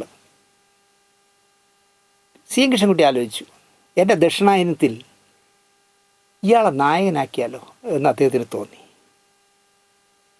അദ്ദേഹം ചോദിച്ചു, എന്താ പേര് എന്ന് ചോദിച്ചു. എൻ്റെ പേര് ചന്ദ്രൻ. ആ ചന്ദ്ര, ഞാനൊരു നാടക മത്സരത്തിനൊരു നാടകം എഴുതി കേട്ടോ. ദക്ഷിണായനം എന്നാണ് നാടകത്തിൻ്റെ പേര്. ആ നാടകത്തിലെ ഒരു നായകന് നിൻ്റെ ഛായയുണ്ട്, അഭിനയിക്കുന്നോ എന്ന് ചോദിച്ചു. അപ്പോൾ അയാൾ വിചാരിച്ച് കളിയാക്കുന്നതാണെന്ന്. ഞാൻ സീരിയസ് ആയിട്ട് ചോദിക്കുന്നു, അഭിനയിക്കുന്നോ എന്ന് ചോദിച്ചു. അഭിനയിക്കാം. അങ്ങനെ പകൽ ക്യാൻറ്റീനിലെ പണി കഴിഞ്ഞിട്ട് രാത്രി CN കൃഷ്ണൻകുട്ടിയോടൊപ്പം പോയി റിഹേഴ്സലുകൾ നടത്തി ദക്ഷിണായനം എന്ന് പറഞ്ഞ നാടകത്തിലെ നായകനായിട്ട് അവിടെ നിരുന്നാൽ ഗ്രന്ഥശാലയുടെ നാടക മത്സരത്തിൽ ഈ ചന്ദ്രൻ അഭിനയിച്ചു. ആ വർഷത്തെ ഏറ്റവും മികച്ച നാടകം ദക്ഷിണായനം. ആ വർഷത്തെ ഏറ്റവും നല്ല നാടകരചന ദക്ഷിണായനം. ആ വർഷത്തെ ഏറ്റവും മികച്ച നടൻ ചന്ദ്രൻ. ചന്ദ്രൻ അതിശയപ്പെട്ടു പോയി. കാരണം ഒരു തമാശയ്ക്ക് വിളിച്ചതുപോലെ ചെന്ന് അഭിനയിച്ചിട്ട് മികച്ച നടൻ്റെ അവാർഡ് വാങ്ങി. ആ ചന്ദ്രനാണ് പിന്നീട് മലയാള നാടകരംഗത്തെ കുലപതി എന്ന് പറയാവുന്ന അത്രയും വലുതായി വളരുകയും നാടക സംവിധായകനും പ്രധാന വേഷക്കാരനും ഒക്കെ ആയിട്ട് ആയിരക്കണക്കിന് സ്റ്റേജുകളിൽ അഭിനയിച്ച കരകുളം ചന്ദ്രൻ. കരകുളം ചന്ദ്രനെ പറ്റി പറയാനുള്ള വേണമെങ്കിൽ വേറൊരു ഐഡൻറ്റിറ്റി പറയാം. കവിയൂർ പൊന്നമ്മയ്ക്ക് ഒരു അനിയത്തിയുണ്ട്, കവിയൂർ രേണുക. ലേലത്തിലൊക്കെ അഭിനയിച്ച, സോമേട്ടൻ്റെ ഭാര്യയായിട്ട് അഭിനയിച്ച കവിയൂർ രേണുക. രേണുക സ്ഥിരമായി കരകുളം ചന്ദ്രൻ്റെ നാടക ട്രൂപ്പിലുണ്ടായിരുന്നു. ജീവിതത്തിൽ എപ്പോഴും അവർ തമ്മിൽ മാനസികമായി അടുത്തു. അങ്ങനെ കരകുളം ചന്ദ്രൻ്റെ രണ്ടാമത്തെ ഭാര്യയായി, അനൗദ്യോഗിക ഭാര്യയായി രേണുക മാറി. അതിലൊരു മകളുണ്ട്. ഇപ്പോൾ ആ മകളെ അകാലത്തിൽ അവർ മരിച്ചു പോയപ്പോൾ പൊന്നമ്മ ചേച്ചി എടുത്ത് വളർത്തി അവളെ വിവാഹമൊക്കെ കഴിച്ചയച്ചു. കരകുളം ചന്ദ്രനും പ്രശസ്തിയിൽ നിന്ന് പ്രശസ്തിയിലേക്ക് പോവുകയും മേഘസന്ദേശം അടക്കം ഒരുപാട് സിനിമകളിൽ അദ്ദേഹം അഭിനയിക്കുകയും ചെയ്തു. നാടകം ഒരുപാട് സംവിധാനം ചെയ്തു. അദ്ദേഹവും കാലയവനിയിൽ പെട്ടു. ആറ്റിങ്ങൽ സൂര്യചിത്ര എന്ന് പറഞ്ഞ് സൗദിക്കാരനായ ഒരു P. വിജയൻ നിർമ്മാതാവായിക്കൊണ്ടൊരു നാടക ട്രൂപ്പ് തുടങ്ങി. അതിലും ഈ പറഞ്ഞതുപോലെ തന്നെ CN കൃഷ്ണൻകുട്ടിയുടെ രചനയും സംവിധാനവും കരകുളം ചന്ദ്രൻ അതിലെ നായകൻ. പക്ഷേ നാടകത്തിൻ്റെ ഉദ്ഘാടനം കഴിഞ്ഞ ശേഷം എന്തോ കൊച്ചു പ്രശ്നം മതി CN പിണങ്ങാൻ. എന്തോ പ്രശ്നം കൊണ്ട് CN കൃഷ്ണൻകുട്ടി നാടക ട്രൂപ്പുകാരനായിട്ട് പിണങ്ങി. അതോടെ ഒരു തീരുമാനമെടുത്തു, ഇനി മേലാൽ നാടകത്തിൽ സഹകരിക്കില്ല, നാടകം ഇവിടെ അവസാനിക്കുന്നു എന്ന് പറഞ്ഞാൽ അദ്ദേഹം നാടകം അവസാനിപ്പിച്ച് ഒരു നാൾ മദ്രാസിലേക്ക് വണ്ടി കയറി. ജീവിതത്തിലെ ഓരോ ടേണിംഗ് പോയിന്റുകളാണ് ഞാനീ പറയുന്നത്. മദ്രാസിൽ ചെന്ന് ഒരു ബന്ധു വീട്ടിൽ താമസിക്കുകയും സിനിമാ രംഗത്ത് കറങ്ങി നടക്കുകയൊക്കെ ചെയ്തപ്പോൾ യാദൃച്ഛവശാൽ ഇങ്ങനെയോ രതി നിർവേദം എന്ന് പറഞ്ഞ ഭരതൻ സംവിധാനം ചെയ്ത, പത്മരാജൻ്റെ സ്ക്രിപ്റ്റിൽ ഭരതൻ സംവിധാനം ചെയ്ത, ജയഭാരതിയും കൃഷ്ണേന്ദ്രനും അഭിനയിച്ചുമ്പോൾ കേരളത്തിൽ സൂപ്പർ ഹിറ്റായ രതി നിർവേദം കന്നഡയിൽ എടുക്കാനായിട്ട് മൊഴി മാറ്റുന്ന സമയമാണ്. അപ്പം മലയാളത്തിൽ പറയുന്ന ഡയലോഗിൻ്റെ അർത്ഥമടക്കം ഡീറ്റെയിൽ ആയിട്ട് കന്നഡക്കാരന് പറഞ്ഞു കൊടുക്കണം. അവനത് കന്നഡത്തിലേക്ക് മൊഴി മാറ്റും. ആരോ സഹായിച്ചിട്ട് CN കൃഷ്ണൻകുട്ടിയായിരുന്നു ആ മൊഴിമാറ്റത്തിന് സഹകരിച്ചത്. അങ്ങനെ തുടക്കം കുറിച്ച CN കൃഷ്ണൻകുട്ടി പിന്നെ ഒരു സിനിമാ പത്രപ്രവർത്തകനായി മാറി. മദ്രാസിൽ നിന്ന് ഇറങ്ങുന്ന ഏതൊരു പത്രത്തിലാണ് തുടങ്ങിയത്. അത് കഴിഞ്ഞപ്പോൾ CK സോമൻ തുടങ്ങിയ ഒരു സിനിമാ വാരികയിൽ വായനക്കാരുടെ ചോദ്യങ്ങൾക്ക് നസീർ സാർ മറുപടി പറയും. ആ പണി CN ആണ് ഏറ്റെടുത്തത്. അപ്പോൾ നസീർ സാറിന് വരുന്ന ആയിരക്കണക്കിന് കത്തുകൾ എടുത്തിട്ട് അതിൽ നിന്ന് ഒരാഴ്ച പ്രസിദ്ധീകരണ യോഗ്യമായ കുറേ ചോദ്യങ്ങൾ, അതിൽ കത്തിൽ ചോദിച്ചിരിക്കുന്ന ചോദ്യങ്ങൾ CN കൃഷ്ണൻകുട്ടി സോർട്ട് ചെയ്ത് വയ്ക്കും, തിരിഞ്ഞു വയ്ക്കും. എന്നിട്ട് നസീർ സാർ അഭിനയിക്കുന്ന സെറ്റിൽ ചെന്നിട്ട് ഈ ചോദ്യങ്ങൾ ചോദിക്കും. അപ്പോൾ നസീർ സാർ പറയുന്ന മറുപടി ഇദ്ദേഹം എഴുതിയെടുക്കും. എന്നിട്ട് അതിനെ ഒരു പത്രത്തിൽ കൊടുക്കാവുന്ന രീതിയിലാക്കിയിട്ട് ആ ചോദ്യവും ഉത്തരവുമായിട്ട് കൊടുക്കുമായിരുന്നു. ഒരുപാട് വാർത്താ പ്രാധാന്യം ഉണ്ടാക്കിയ, ഒരുപാട് വായനക്കാരെ ഉണ്ടാക്കിയ പങ്ക്തിയായിരുന്നു അത്. അങ്ങനെ ആ ചോദ്യത്തിന് ഉത്തരം എഴുതാൻ പോയി CN കൃഷ്ണൻകുട്ടി നസീർ സാറിൻ്റെ ഒരു മനസ്സാക്ഷിയായി മാറി. അങ്ങനെ വന്ന ഒരു കത്തിൽ ചങ്ങനാശ്ശേരി SB കോളേജിൽ പഠിക്കുന്നൊരു പെൺകുട്ടി എന്നോട് CN പറഞ്ഞതാണ്. SB കോളേജിൽ പഠിക്കുന്നൊരു പെൺകുട്ടിയെ ഒരു കത്തയച്ചു. ആ കത്ത് വായിച്ചിട്ട് CN പറഞ്ഞത്, എൻ്റെ കണ്ണ് നിറഞ്ഞു പോയി. ഞാൻ ആ കത്തെടുത്ത് നസീർ സാറിന് വായിക്കാൻ കൊടുത്തപ്പോൾ അദ്ദേഹവും കരഞ്ഞു എന്നാണ് എന്നോട് പറഞ്ഞത്. അത്ര മനസാക്ഷിയുള്ള മനുഷ്യൻ ആലോചിച്ച് നോക്കൂ നസീർ സാർ. ആ പെൺകുട്ടി എഴുതിയിരിക്കുന്നത്, സാർ, ഞാൻ SB കോളേജിലൊരു വിദ്യാർത്ഥിയാണ്. ജീവിത പശ്ചാത്തലങ്ങൾ കോളേജിൽ പഠിക്കാനുള്ളതൊന്നുമല്ല. എന്നിട്ട് പോലും ഞാൻ പഠിക്കുന്നു സാർ. ഉടുതുണിക്ക് മറുതുണിയില്ലാത്ത ഒരാളാണ് ഞാൻ. എനിക്ക് എന്തെങ്കിലും സഹായം താങ്കളിൽ നിന്നുണ്ടാകണം എന്ന് പറഞ്ഞു. കത്ത് വായിച്ച നസീർ സാറ് നിറഞ്ഞു വന്ന കണ്ണീര് തുടച്ചു മാറ്റി കുറേ നേരം മൗനമായി ചിന്തിച്ചിരുന്നിട്ട് അദ്ദേഹം പറഞ്ഞു, കൃഷ്ണൻകുട്ടി, നമ്മുടെ വീട്ടിലെ പിള്ളേർക്കൊന്നും ദാരിദ്ര്യം അറിയില്ല. കാരണം സൂപ്പർ താരത്തിൻ്റെ മക്കളല്ലേ, 3 പെണ്ണും 1 ആണും എന്ന് പറയുന്നത്. ഷാനവാസ് ഒരു കാറ് വാങ്ങണം, ഏതെങ്കിലും ഒരു ഇന്ത്യയിലൊരു കാറ് കമ്പനി ഒരു കാർ ഇറക്കുന്നുണ്ട്, അപ്പോൾ പറയും ഡാഡി എനിക്ക് ആ കാർ വാങ്ങണം. എത്ര രൂപയായാലും എത്ര ശുപാർശ ചെയ്തിട്ടായാലും അപ്പം തന്നെ ആ കാർ വാങ്ങിക്കൊടുക്കും ഷാനവാസിന്. അങ്ങനെ ലാളിച്ച് വളർത്തി മക്കളെയൊക്കെ. അവരുടെ എല്ലാ ആവശ്യങ്ങളും നിറവേറ്റി കൊടുക്കുന്ന അച്ഛനായിരുന്നു നസീർ സാർ. അപ്പോൾ നസീർ സാർ പറഞ്ഞു, കൃഷ്ണൻകുട്ടി, നമ്മുടെ പിള്ളേരെ ചന്തി തുടയ്ക്കുന്നത് ഷിഫോൺ സാരിയില്ല. അദ്ദേഹം പറഞ്ഞ വാചകമാണ്. മാറി ഉടുക്കാൻ ഒരു തുണ്ട് തുണിയില്ലാത്ത എത്രയോ പേർ ജീവിക്കുന്നു നമ്മളെ നാട്ടിലെന്ന് ഈ SB കോളേജിൽ പഠിക്കുന്ന പെൺകുട്ടിയുടെ കത്തിൽ നിന്ന് എനിക്ക് ബോധ്യമായി. അപ്പോൾ നസീർ സാറിൻ്റെ കൂടെ ഡ്രൈവറായിട്ടൊരു ശിവനുണ്ട്, ഓഫീസ് കാര്യങ്ങളൊക്കെ നോക്കാൻ ഒരു മുരുകൻ എന്ന് പറഞ്ഞ ഒരാളുണ്ട്. 2 പേരും ചിറയൻകീഴുകാരാണ്. അവരോടൊന്നും ഈ കാര്യങ്ങളെപ്പറ്റി ഒന്നും സംസാരിച്ചില്ല. നസീർ സാറ് ട്രങ്ക് ബുക്ക് ചെയ്ത്, അന്ന് ട്രങ്കോളാണല്ലോ ഉള്ളത്, ട്രങ്ക് ബുക്ക് ചെയ്ത് SB കോളേജിൽ വിളിച്ചു. എന്നിട്ട് ഈ പെൺകുട്ടിയുടെ ഡീറ്റെയിൽ ചോദിച്ചു. ഇങ്ങനൊരു കുട്ടി അവിടെ ഉണ്ടോ, ഇതാണ് പേര്, ഇതാണ് അവർ പഠിക്കുന്ന ക്ലാസ് എന്ന് പറഞ്ഞു. ഉണ്ട് എന്ന് പറഞ്ഞു. നസീർ സാർ പറഞ്ഞു, ആ പെൺകുട്ടി SB കോളേജിൽ എത്ര കാലം പഠിക്കുന്നോ, ഏതുവരെ പഠിക്കുന്നോ, അത്രയും കാലത്തെ പഠന ചെലവും ഭക്ഷണ ചെലവും വസ്ത്രവും എല്ലാം ഇനി ഞാൻ വാങ്ങിത്തരാം. ആ കുട്ടിയിൽ നിന്ന് ഒന്നും ചോദിക്കരുത്. അവിടുത്തെ ഫീസ് അടക്കമുള്ള എല്ലാം ഞാൻ അടച്ചോളാം. അവൾക്കുള്ള നല്ല ഭക്ഷണം കൊടുത്തോളൂ, അതിൻ്റെ കാശ് തന്നേക്കാം. ആ കുട്ടി ഇടേണ്ട എല്ലാ യൂണിഫോം ആയാലും, യൂണിഫോം അല്ല മറ്റ് ഡ്രസ്സുകളാണെങ്കിൽ സാരിയൊക്കെ ആണെങ്കിൽ അത് എല്ലാം ഞാൻ എത്തിക്കാം. അത് എത്ര വർഷം എത്തിച്ചു എന്ന് കൃഷ്ണൻകുട്ടിക്ക് അറിയില്ല. കൃഷ്ണൻകുട്ടി പറയുന്നത് ആ കുട്ടി ഏതോ ഉയർന്ന നിലയിൽ ജോലി സമ്പാദിച്ച് പോയി കാണുമെന്നാണ് പറഞ്ഞത്. നസീർ സാറിനോട് പിന്നെ CN അത് ചോദിച്ചില്ല. കൃഷ്ണൻകുട്ടി പറയുന്നത്, പ്രേം നസീറിനെ പോലെ ഹൃദയാലുവായ മറ്റൊരാളെ ജീവിതത്തിൽ ഞാൻ കണ്ടിട്ടില്ല ആശാനെ എന്നാണ് എന്നോട് പറഞ്ഞത്. അത് ജീവിതത്തിലായാലും സിനിമയിലായാലും ഞാൻ അങ്ങനെ ഒരു ഹൃദയാലുവായ ഒരു മനുഷ്യനെ, വേറൊരാളെ ഞാൻ കണ്ടിട്ടില്ല ആശാനെ എന്നാണ് എന്നോട് പലവട്ടം ഈ നസീർ സാറിൻ്റെ കഥ പറയുമ്പോഴൊക്കെ പറയും, ഇതുപോലൊരു മനുഷ്യനെ ഞാൻ കണ്ടിട്ടില്ല ആശാനെ എന്ന് പറയും. കൃഷ്ണൻകുട്ടി നസീർ സാറുമായി നടക്കുമ്പോഴാണ് രാമു കാര്യട്ടിൻ്റെ മരുമകൻ മോഹൻ, CS മോഹൻ, ഒരു സിനിമ പിടിക്കാൻ വന്നത്. അദ്ദേഹം ഹരിഹരനെ സംവിധായകനാക്കി ഒരു സിനിമ പിടിച്ചു. നിങ്ങൾക്കറിയാമായിരിക്കും, വെള്ളം. ആലുവയിലായിരുന്നു ചിത്രീകരണം. ആളുകളുടെ ഭയങ്കര, അതായത് ഇന്നത്തെ പോലെ അല്ലല്ലോ, ഇന്ന് മുക്കിലും മുടുക്കിലും ഒക്കെ നോക്കി എല്ലാവരും റോഡിൽ കിടന്ന് ഷൂട്ട് ചെയ്യല്ലേ. അന്ന് അങ്ങനെയല്ല, എല്ലാ സ്റ്റുഡിയോ ഫ്ലോറുകളിൽ വല്ലപ്പോഴും മാത്രമല്ലേ കേരളത്തിലേക്ക് വരുന്നത്. നസീർ സാറിൻ്റെ മിക്കവാറും പടം ഒന്നിൽ ബാംഗ്ലൂരിൽ, അല്ലെങ്കിൽ ഹൈദരാബാദിൽ, അല്ലെങ്കിൽ ചെന്നൈയിൽ. കേരളത്തിൽ അപൂർവമായിരുന്നു നസീർ സാറിൻ്റെ പടത്തിൻ്റെ ചിത്രീകരണങ്ങൾ. അപ്പോൾ ആലുവ പാലസിൽ താമസിച്ചിട്ട് ആലുവയിലാണ് ഷൂട്ടിങ്. അപ്പോൾ നസീർ സാറിന് ഈ ആരാധകരായ പെണ്ണുങ്ങളുടെ അടുത്ത് പോകാൻ ഭയങ്കര ബുദ്ധിമുട്ടാണ്. അതെന്താണ് കാരണമെന്ന് ചോദിച്ചാൽ ഞാൻ തുറന്ന് പറയുകയാണ്. നസീർ സാറിൻ്റെ കയ്യെ കയറി പിടിച്ചിട്ട് അവർ നെഞ്ചിൽ വെച്ച് അമർത്തും പെണ്ണുങ്ങൾ. ആരാധന ഒത്തിട്ടാണ്, വേറെ ദുഷ്ചിന്തയിലൊന്നുമല്ല. പക്ഷേ കൂടെ അഭിനയിക്കുന്നവരോട് കെട്ടിപ്പിടിച്ചും മറിഞ്ഞുമൊക്കെ അഭിനയിക്കുമെങ്കിലും അപരിചിതരായ സ്ത്രീകൾ തൻ്റെ കൈയെടുത്ത് ഈ മാറിടത്തിൽ വെച്ച് പ്രസ് ചെയ്യുന്നത് നസീർ സാറിന് ഒരു ഭയങ്കര ബോറടിക്കുന്ന ഒരു പരിപാടിയായിരുന്നു. അപ്പോൾ അതുകൊണ്ട് എന്തെന്ന് വെച്ചാൽ നസീർ സാർ എപ്പോഴും CNോട് പറയും, അങ്ങനെ വരികയാണെങ്കിൽ നിങ്ങൾ ആ കയ്യെ പിടിച്ച് മാറ്റണം. അതിന് പകരം നസീർ സാർ ചെയ്യുന്നൊരു ബുദ്ധിപൂർവമായ ഒരു കാര്യമുണ്ട്. ആലുവ പാലസിൽ നിന്ന് ഇറങ്ങി പോകുമ്പോൾ തൊഴുകൈയോടെ പോകും. ആ കൈ താഴ്ത്തേയില്ല. എല്ലാവരും നോക്കി ഇങ്ങനെ തൊഴുതുകൊണ്ട് നിൽക്കും. അല്ല, കൈ എടുക്കില്ല. എടുത്താലേ പിടിച്ച് നെഞ്ചിൽ വയ്ക്കാൻ പറ്റൂ. അതായിരുന്നു നസീർ സാർ. പക്ഷേ എനിക്കങ്ങനെ എൻ്റെ കയ്യെ പിടിച്ച് മാറിടത്തിൽ വയ്ക്കുന്നത് എനിക്കിഷ്ടമില്ല. എനിക്കത് ബുദ്ധിമുട്ടാണ് കൃഷ്ണൻകുട്ടി എന്ന് പറഞ്ഞപ്പോൾ കൃഷ്ണൻകുട്ടി പറഞ്ഞത് സാറിൻ്റെ ഒരു ഭാഗ്യം എന്നാണ് പറഞ്ഞത്. അസേ എന്നാണ് നസീർ സാർ എല്ലാവരും വിളിക്കുന്നത്. അസേ, നിങ്ങൾക്കങ്ങനെ പറയാം, ഞാൻ എന്തോ എനിക്കത് വഴങ്ങാൻ അല്പം ബുദ്ധിമുട്ടുണ്ട്. അപ്പോൾ ബോഡി ഗാർഡിനെ പോലെ CN നിൽക്കും. ആരെങ്കിലും നസീർ സാറിൻ്റെ കൈ കയറി പിടിച്ച് കൈവിട്ടെ എന്നിട്ട് കയ്യെ പിടിച്ച് മാറ്റും. നസീർ സാർ പറയില്ല.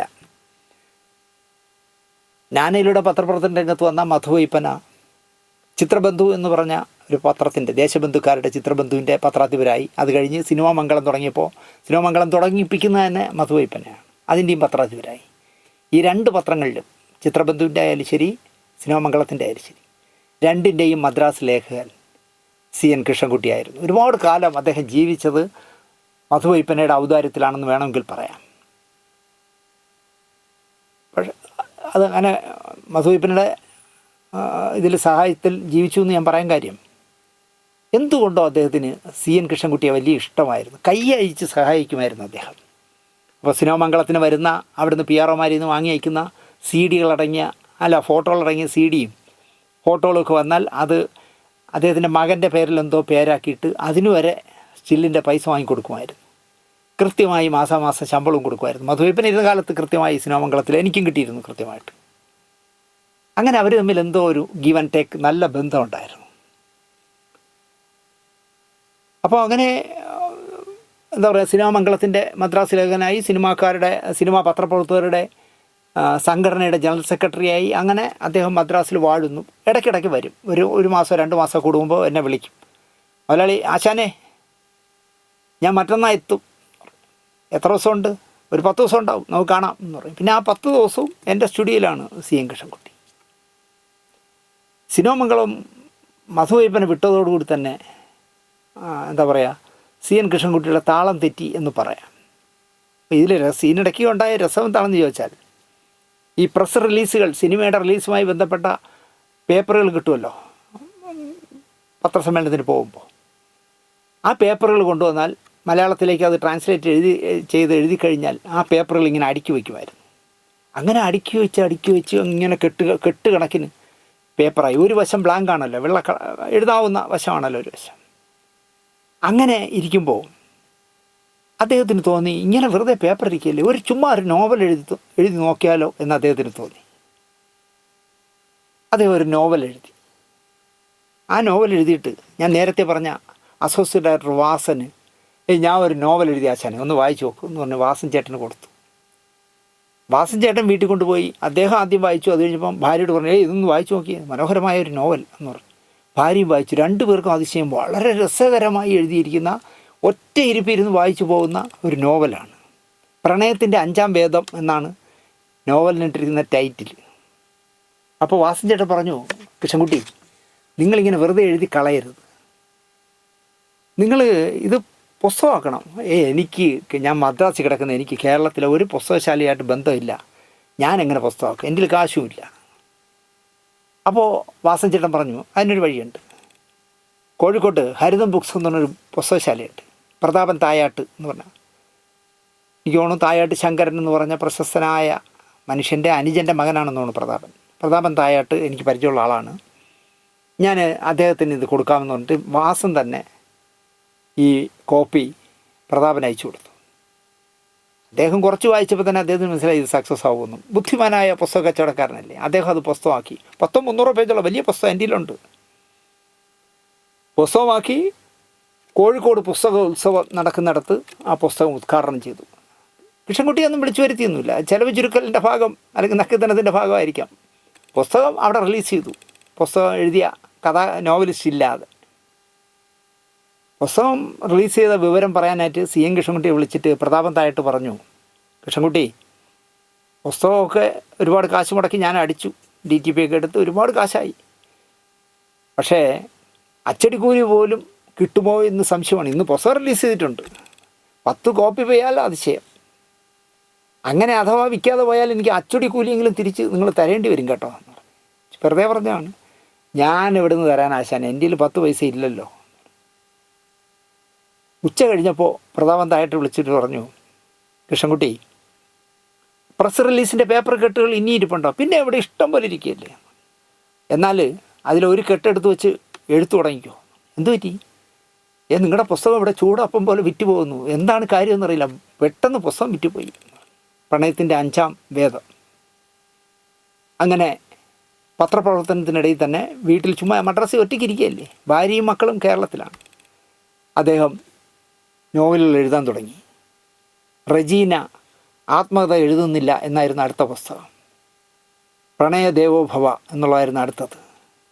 വേദഗിരിയുടെ തിരുവചനങ്ങൾ, ആകാശത്തിന് നിറമില്ല, ഗന്ധർവൻ കാവിലെ യക്ഷി, മഴവില്ലിൻ്റെ 8ാമത്തെ നിറം, സൗഗന്ധികം വിരിയുന്ന താഴ്വര, മൃത്യോമ ജ്യോതിർഗമയ, മാനസ സരോവറിലെ അരയന്നം, പരമകുടിയിലെ ശ്രീകൃഷ്ണൻ, തമ്പുരാട്ടിക്കാവ്, മഴവിൽ താഴ്വരയിലെ അരയന്നം, അങ്ങനെ എന്താ പറയുക 14 നോവലുകൾ അദ്ദേഹം എഴുതി. ഇതിൽ എനിക്ക് തോന്നുന്നു 12 നോവലെന്തോ എൻ്റെ കയ്യിലുണ്ട്. അതിലെനിക്ക് ഈ എന്താ പറയുക തമ്പുരാട്ടിക്കാവ് ഒരുപാട് ഇഷ്ടപ്പെട്ട പുസ്തകമാണ്. അതുപോലെ ഗന്ധർവൻ കാവിലെ യക്ഷി ഒരു ഹൊറർ സീരിയൽ ചെയ്യാൻ പറ്റിയ മനോഹരമായ പുസ്തകമാണ്. അങ്ങനെ അദ്ദേഹം 14 നോവലുകൾ എഴുതി. നസീർ സാറിൻ്റെ ഏറ്റവും അടുപ്പക്കാരനായി ജീവിക്കുമ്പോൾ പോലും എന്തുകൊണ്ടാണെന്നറിയില്ല, അദ്ദേഹത്തിൻ്റെ സ്വഭാവത്തിൻ്റെ ഒരു സവിശേഷതയാണ്. നസീർ സാറിൻ്റെ ഔട്ട് ഹൗസിൽ ദിവസവും വന്ന് മണിക്കൂറുകളോളം താമസിക്കുന്ന പ്രേം നവാസുമായിട്ടോ അദ്ദേഹത്തിൻ്റെ അനുജൻ നവാസുമായിട്ടോ മകൻ ഷാനവാസുമായിട്ടോ സി എൻ കൃഷ്ണൻകുട്ടി അടുത്തിരുന്നില്ല, ഒരു ഗ്യാപ്പ് ഇട്ടിരുന്നു. സി എൻ കൃഷ്ണൻകുട്ടി അങ്ങനെ എല്ലാവരുമായിട്ട് പൊരുത്തപ്പെട്ടില്ല, ഒരു ഗ്യാപ്പ് ഇട്ടിരുന്നു. ഇതിനിടയിലാണ് നസീർ സാറിൻ്റെ PA എന്നോ സെക്രട്ടറി എന്നൊക്കെ പറയാവുന്ന പോസ്റ്റിലേക്ക് ചിറയൻകിഴി രാമകൃഷ്ണൻ നായർ വരുന്നത്. പിന്നാലെ നസീർ സാറിൻ്റെ ബന്ധുവായ SA സലാം എന്ന് പറഞ്ഞ ഒരു നസീർ സാറിന് വെച്ച് 2 മഴനിലാവടക്കം 2 സിനിമ എന്തോ സംവിധാനിച്ചു, അദ്ദേഹം എത്തുന്നു. ഇവർ രണ്ടുപേരും എത്തിയപ്പോൾ പതുക്കെ നസീർ സാറിൻ്റെ വീട്ടിൽ ചെന്നുള്ള ബന്ധം പതുക്കെ CN അവസാനിപ്പിച്ചു. ഇവർ രണ്ടുപേരും അവിടെ ഉണ്ടല്ലോ, ചിറയൻകിഴി രാമകൃഷ്ണൻ നായരും SA സലാമൊക്കെ ഉണ്ടല്ലോ എന്ന് പറഞ്ഞ് പതുക്കെ ഗ്രാജുവലായിട്ട് അദ്ദേഹം അതിൽ നിന്ന് മാറി. അതിനുശേഷമാണ് അദ്ദേഹം ദേവനുമായിട്ട് നല്ല സൗഹൃദം സ്ഥാപിക്കുന്നത്. അങ്ങനെ നല്ല സൗഹൃദത്തിൽ കഴിയുന്നതിനിടയിലാണ് ദേവൻ തൃശ്ശൂരിലേക്ക് താമസം മാറ്റുന്നു. പിന്നാലെ ദേവൻ്റെ ഭാര്യ മരിക്കുന്നു, ദേവനൊരു ആക്സിഡൻറ്റ് പറ്റുന്നു, അദ്ദേഹം മകളോടൊപ്പം തൃശ്ശൂർ താമസമായി. ഇതോടുകൂടി ശരിക്കും പറഞ്ഞാൽ CN കൃഷ്ണൻകുട്ടി മദ്രാസിൽ ഒറ്റപ്പെട്ടു എന്ന് പറയാം. ഇതിനിടയിൽ അദ്ദേഹം മകനെ ക്യാമറാമാനാക്കാനായിട്ട് നല്ല ഏതൊക്കെയോ ക്യാമറാമാന്മാരുടെ അസിസ്റ്റൻ്റായിട്ട് കൊണ്ടാക്കുകയും ആ പയ്യൻ ഗോകുൽ ക്യാമറ പഠിക്കാനായിട്ട് ഏതൊക്കെയോ ക്യാമറാമാന്മാരുടെ കൂടെ ചേർന്ന് മദ്രാസിൽ തന്നെ ഉണ്ട്. പക്ഷേ അച്ഛനും മകനും ഒന്നിച്ചാണ് താമസമെന്ന് വെച്ചാൽ ഒന്നിച്ചാണ്. പക്ഷേ അങ്ങനെ ഒരു എന്താ പറയുക ഹൃദയബന്ധം അല്ലെങ്കിൽ ഒരു സ്നേഹബന്ധം ഇല്ലായിരുന്നു എന്ന് എനിക്ക് തോന്നിയിട്ടുണ്ട്. ഞാൻ അതൊന്നും CNോട് ചോദിച്ചിട്ടില്ല. മകളെ തിരുവല്ലയിലുള്ള ഒരാളുടെ കല്യാണം കഴിച്ചയച്ചു. ഇനി ഞാൻ ഈ സിനിമ പത്രപ്രവർത്തനവും സിനിമയുമായിട്ടുള്ള ബന്ധവുമൊക്കെ നാടകം ഉപേക്ഷിച്ച പോലെ തന്നെ അവസാനിപ്പിക്കാൻ സമയമായി എന്ന് CN തോന്നി. ഒരു നാൾ അദ്ദേഹം ചെയ്ത ദ്രോഹം എന്താണെന്ന് ചോദിച്ചാൽ ആയിരക്കണക്കിന് ഫോട്ടോകൾ, മലയാള സിനിമയുടെ ചരിത്രം പറയാൻ കഴിയുന്ന അല്ലെങ്കിൽ എനിക്കൊരു 100 എപ്പിസോഡ് ചെയ്യാൻ കഴിയുന്ന അത്രയും ഫോട്ടോകളും CD-കളും കയ്യിലുണ്ടായിരുന്ന വാരികകളും എല്ലാം ഒരു ദിവസം വാരിയിട്ട് കത്തിച്ചു അവിടെ വാടക വീട്ടിൽ. എന്നിട്ട് കട്ടിൽ, ഫാന്, ഫ്രിഡ്ജൊക്കെ കിട്ടിയ വിലയ്ക്ക് ആർക്കൊക്കെയോ ഇഷ്യൂ ചെയ്തു. കാരണം അദ്ദേഹം സിനിമ അവസാനിപ്പിച്ചു. ഇനി സിനിമ പത്രപ്രവർത്തനത്തിന് ഞാനില്ല, സിനിമയുമായിട്ട് ഒരു ബന്ധത്തിന് ഞാനില്ലാന്ന് തീരുമാനിച്ചു. കാരണം ഇനി നസീർ സാർ പോയി ആ കാലത്ത്. നസീർ സാർ പോയില്ലെങ്കിൽ CN കൃഷ്ണൻകുട്ടി മദ്രാസ് വിടില്ലായിരുന്നു, പോയി. പിന്നാലെ ദേവൻ എറണാകുളത്ത് തൃശ്ശൂരിലേക്കും പോയപ്പോൾ അദ്ദേഹം ഒരു ഒറ്റപ്പെട്ടു പോയി. ശരിക്കും എല്ലാവരുമായിട്ട് വഴങ്ങാൻ പറ്റുന്ന ഒരാളല്ല CN കൃഷ്ണൻകുട്ടി. 73 വയസ്സുമായി അനാരോഗ്യവാനായി തുടങ്ങി.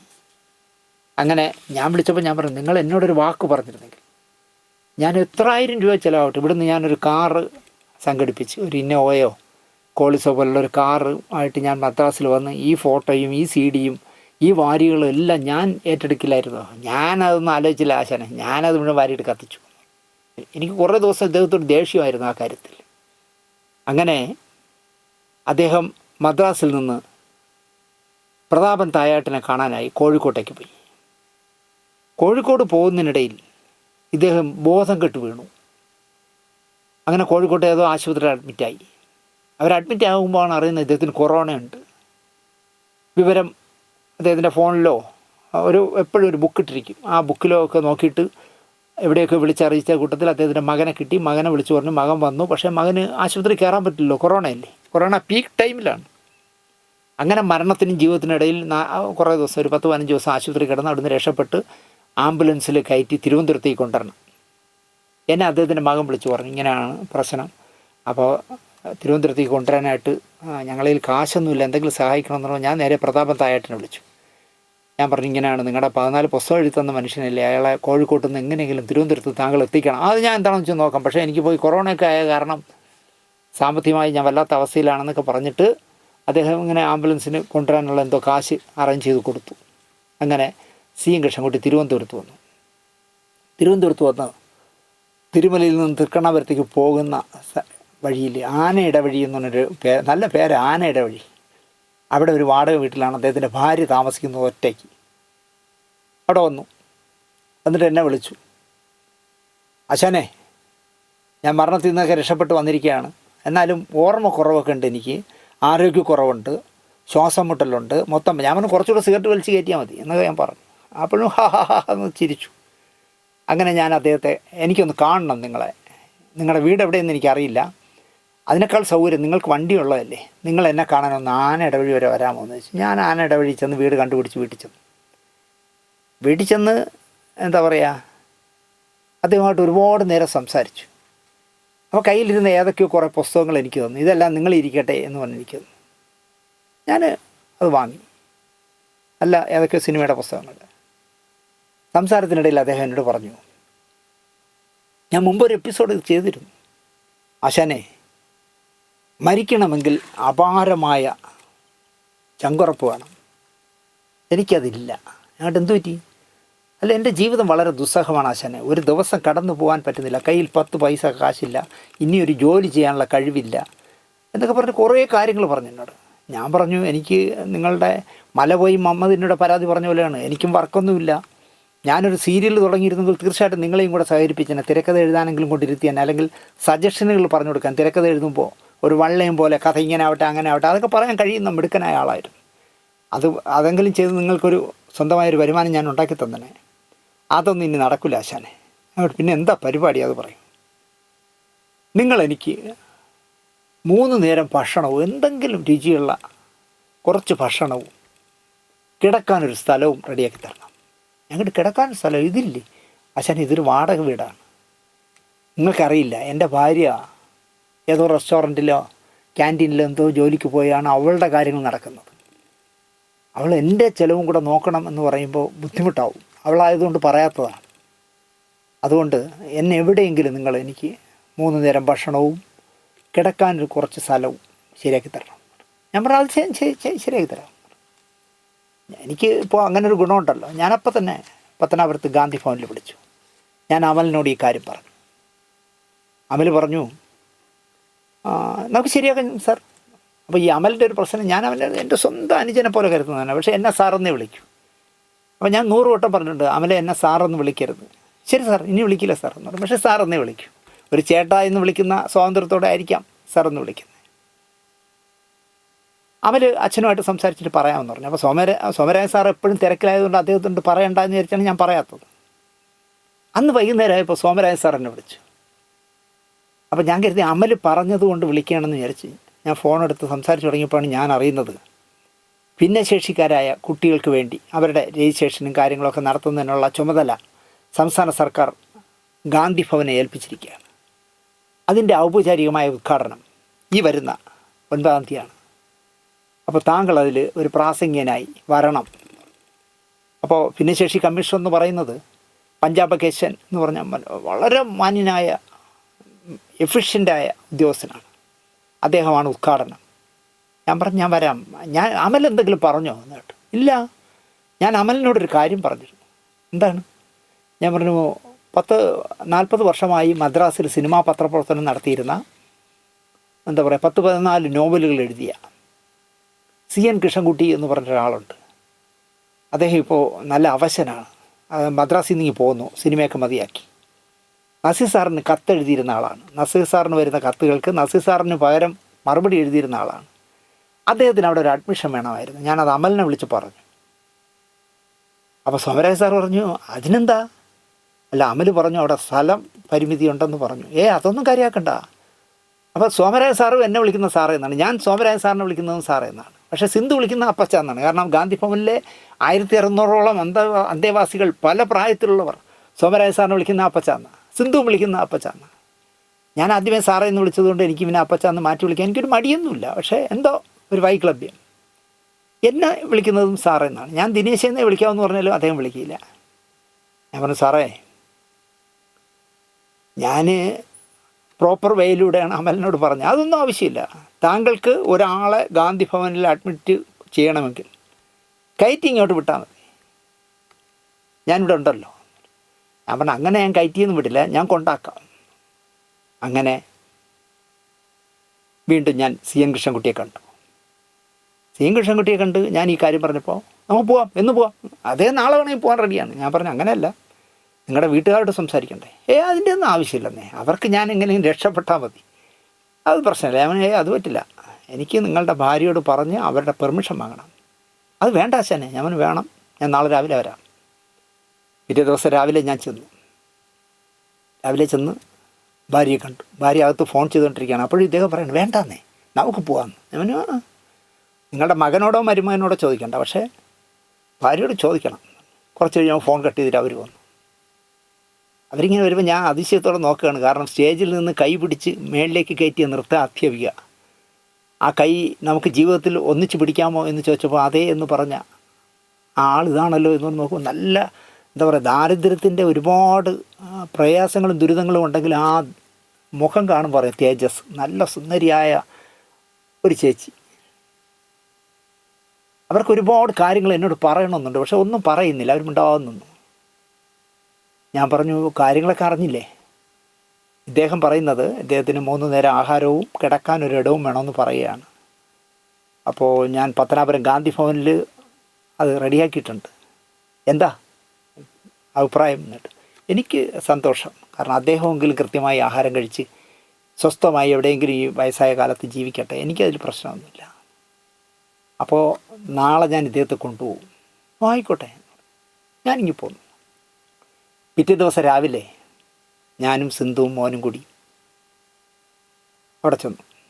ചിലപ്പോൾ ഇദ്ദേഹം പെട്ടിയൊക്കെ റെഡിയാക്കി ഇങ്ങനെ ഇരിക്കുകയാണ്. രാവിലെ 7 മണിക്ക് പോകാമെന്നാണ് പറഞ്ഞത്. പുള്ളി 6 മണിക്ക് റെഡിയാണ് പോകാൻ. പുള്ളിക്ക് രക്ഷപ്പെട്ടാൽ മതി. ചെന്നു, കാര്യങ്ങളൊക്കെ സംസാരിച്ച് ഇറങ്ങട്ടെ എന്ന് ചോദിച്ചു. അവർ പറഞ്ഞു അല്ല, അദ്ദേഹത്തിൻ്റെ കാര്യം സേഫായി,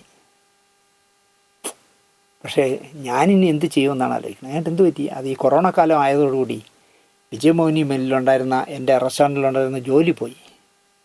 ജീവിതം ദുസ്സഹമാണ്. ഈ വീടിന് തന്നെ ഇപ്പോൾ ഒരു 7-8 മാസത്തെ വാടക കൊടുക്കാനുണ്ട്. ഈ സാധനങ്ങളൊക്കെ മാറ്റണമെങ്കിൽ തന്നെ നല്ല പൈസയാവും. ഞങ്ങളുടെ സാധനങ്ങൾ എങ്ങോട്ട് മാറ്റും? അല്ല, സാധനങ്ങൾ ഞാൻ ഏതെങ്കിലും എൻ്റെ പരിചയക്കാരായ 2-3 കൂട്ടുകാരികളുണ്ട്, അവരുടെയൊക്കെ വീട്ടിൽ കൊണ്ടിടാം. കുറച്ചേ ഉള്ളൂ, 2-3 കട്ടിലും മേശയും അങ്ങനെയൊക്കെ ഉള്ളൂ. എന്നിട്ട് ഞാൻ ചോദിച്ചു, എന്നിട്ട് താങ്കൾ എവിടെ ജീവിക്കും? അത് കാര്യമാക്കണ്ട, ഞാൻ എൻ്റെ ബന്ധുക്കളുണ്ട്, അവരുടെയൊക്കെ വീട്ടിൽ മാറിയെങ്കിലും ഞാൻ ജീവിച്ചോളാം, എൻ്റെ കാര്യം പ്രശ്നമാക്കണ്ട, ഇദ്ദേഹം സേഫാവട്ടെ. വലം കൈ ചെയ്യുന്നത് ഇടം കൈ അറിയരുതെന്ന് പറയുന്ന പോലെ പറയാൻ പാടില്ലാത്തതാണെങ്കിലും ഞാൻ പറയുകയാണ്. ഞാൻ ഒരു 10,000 രൂപ എടുത്ത് ആ ചേച്ചിക്ക് കൊടുത്തു. സ്വാഭാവികമായിട്ടും മലയാളിയുടെ ഒരു കള്ളത്തരം കൊണ്ട് അങ്ങനെ കൊടുക്കുമ്പോൾ വേണ്ട വേണ്ട വേണ്ട അതൊന്നും വേണ്ട എന്ന് പറയും. പക്ഷേ ആ ചേച്ചി പറഞ്ഞില്ല. ആ ചേച്ചി 2 കൈ നീട്ടി അത് വാങ്ങി. എനിക്കിപ്പോഴും നല്ല ഓർമ്മയുണ്ട്. മുത്തുമണി പോലെ ഒരു 3-4 കണ്ണീർ തുള്ളി കണ്ണിൽ നിന്ന് താഴേക്ക് വീണു. ഞാൻ പറഞ്ഞു സമാധാനമായിരിക്കും ചേച്ചി, ഇതിലൊരു 5,000 രൂപ വീട്ടർ ഹൗസിന് കൊടുക്കുക, 5,000 രൂപ കൊണ്ട് ഈ സാധനങ്ങളൊക്കെ മാറ്റുക. പിന്നെ എപ്പോഴെങ്കിലും ജീവിതം ദുസ്സഹമാകുന്നു എന്നൊരു തോന്നൽ വന്നാൽ മോനി മോളി ഒന്നും വിളിക്കണ്ട, എന്നെ വിളിച്ചാൽ മതി. ഗാന്ധി ഭവനിൽ എന്നും നിങ്ങൾക്കൊരു സീറ്റുണ്ടാവും. അപ്പോൾ യൂസഫ് അലി സാറ് 17 കോടി മുടക്കി കെട്ടിടം കെട്ടിക്കൊണ്ടിരിക്കുന്ന സമയമായിരുന്നു. ഞാൻ പറഞ്ഞ അവിടെ മനോഹരമായ ഒരു കെട്ടിടം വരുന്നുണ്ട്, അവിടെ ഒരു സീറ്റ്, കൃത്യം 4 നേരത്തെ ഭക്ഷണം, എന്നും അലക്കി തേച്ച ഡ്രസ്സ്, എല്ലാ അസുഖങ്ങളും ചികിത്സിക്കാനുള്ള ഡോക്ടർമാരും നഴ്സുമാരും എല്ലാം ഉള്ള അവിടെ എന്നെ വിളിച്ചാൽ മതി, ഞാൻ കൊണ്ടാക്കാം. പോലും വേണ്ട, ഞാൻ കൊണ്ടാക്കാം. ഒരു സന്തോഷത്തോടെ യാത്രയാക്കി. CNE കൊണ്ട് ഞാൻ അവിടെ ചെന്നപ്പോൾ ഈ പഞ്ചാബ് കേശൻ സാർ അടക്കമുള്ളവർ വന്നിട്ടുണ്ട്. ആ വേദിയിലേക്ക് സോമരായൻ സാർ വിളിച്ച് കയറ്റി വേണം കാണാൻ. മലയാളത്തിൻ്റെ പത്രപ്രവർത്തകനും സാഹിത്യകാരനുമൊക്കെ ആയ CN കൃഷ്ണൻകുട്ടി, അദ്ദേഹത്തിന് നല്ല ചികിത്സ ആവശ്യമാണ്, അല്പം വിശ്രമം ആവശ്യമാണ്, അതുകൊണ്ട് അദ്ദേഹം ഗാന്ധി ഭവനിലെത്തിയിട്ടുണ്ട്. അദ്ദേഹത്തെ പഞ്ചാബ് കേശൻ സാർ സ്വീകരിക്കുമെന്ന് പറഞ്ഞ് സ്റ്റേജിലേക്ക് വിളിച്ച് കയറ്റുമ്പോൾ പറഞ്ഞാൽ മുന്നിൽ പല്ലിശ്ശേരി ഇരിക്കുന്നു. അപ്പോൾ ആ കാലത്ത് പല്ലിശ്ശേരി ഗാന്ധി ഭവനുമായിട്ട് ബന്ധപ്പെട്ടെന്തൊക്കെ പ്രവർത്തിക്കുന്ന സമയമായിരുന്നു.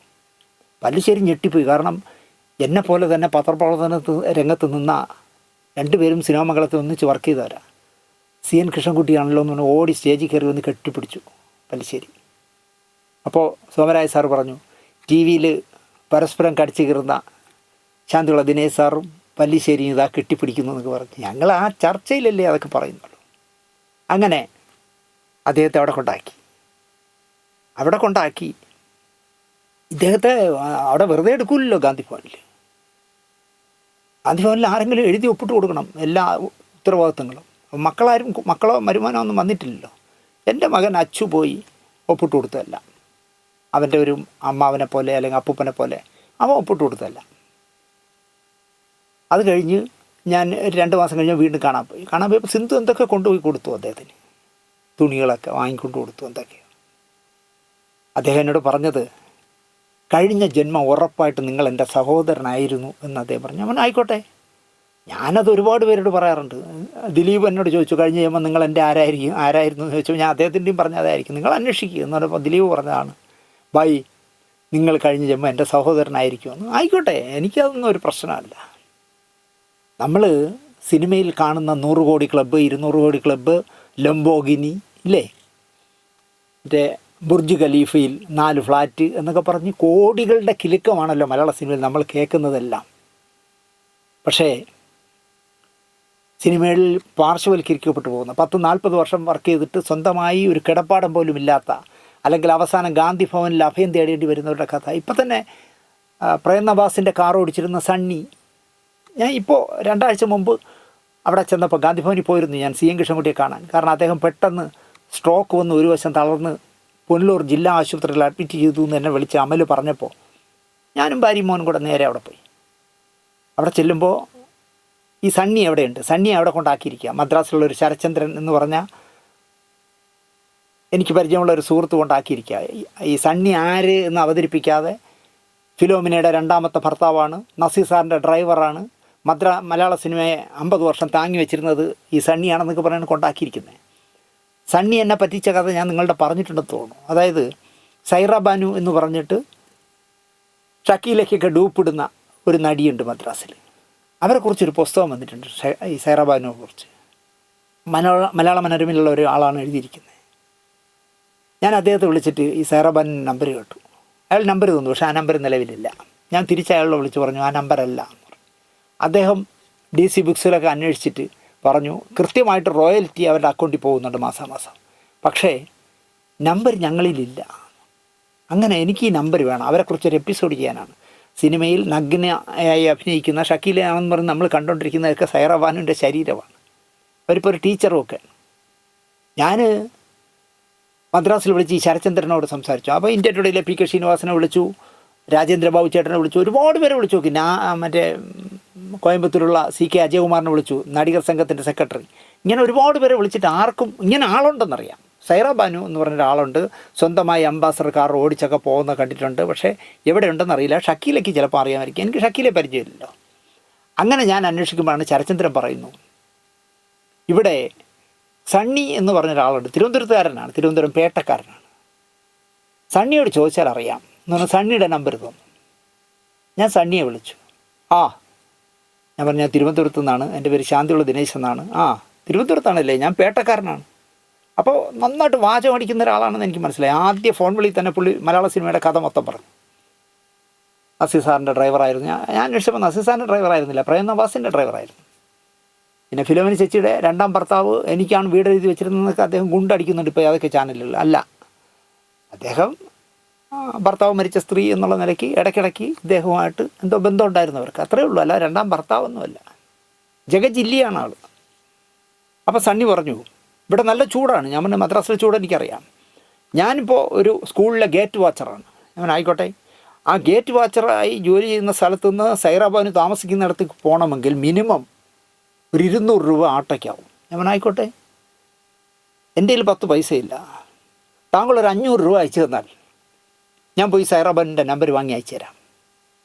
അപ്പോൾ എനിക്ക് ഈ ഗൂഗിളും ഇതൊന്നുമില്ല, കാരണം ഞാൻ എവിടെയെങ്കിലുമൊക്കെ ഞെക്കിയ വല്ലയിടത്തൊക്കെ പോകും, അതുകൊണ്ട് മോൻ സമ്മതിക്കില്ല.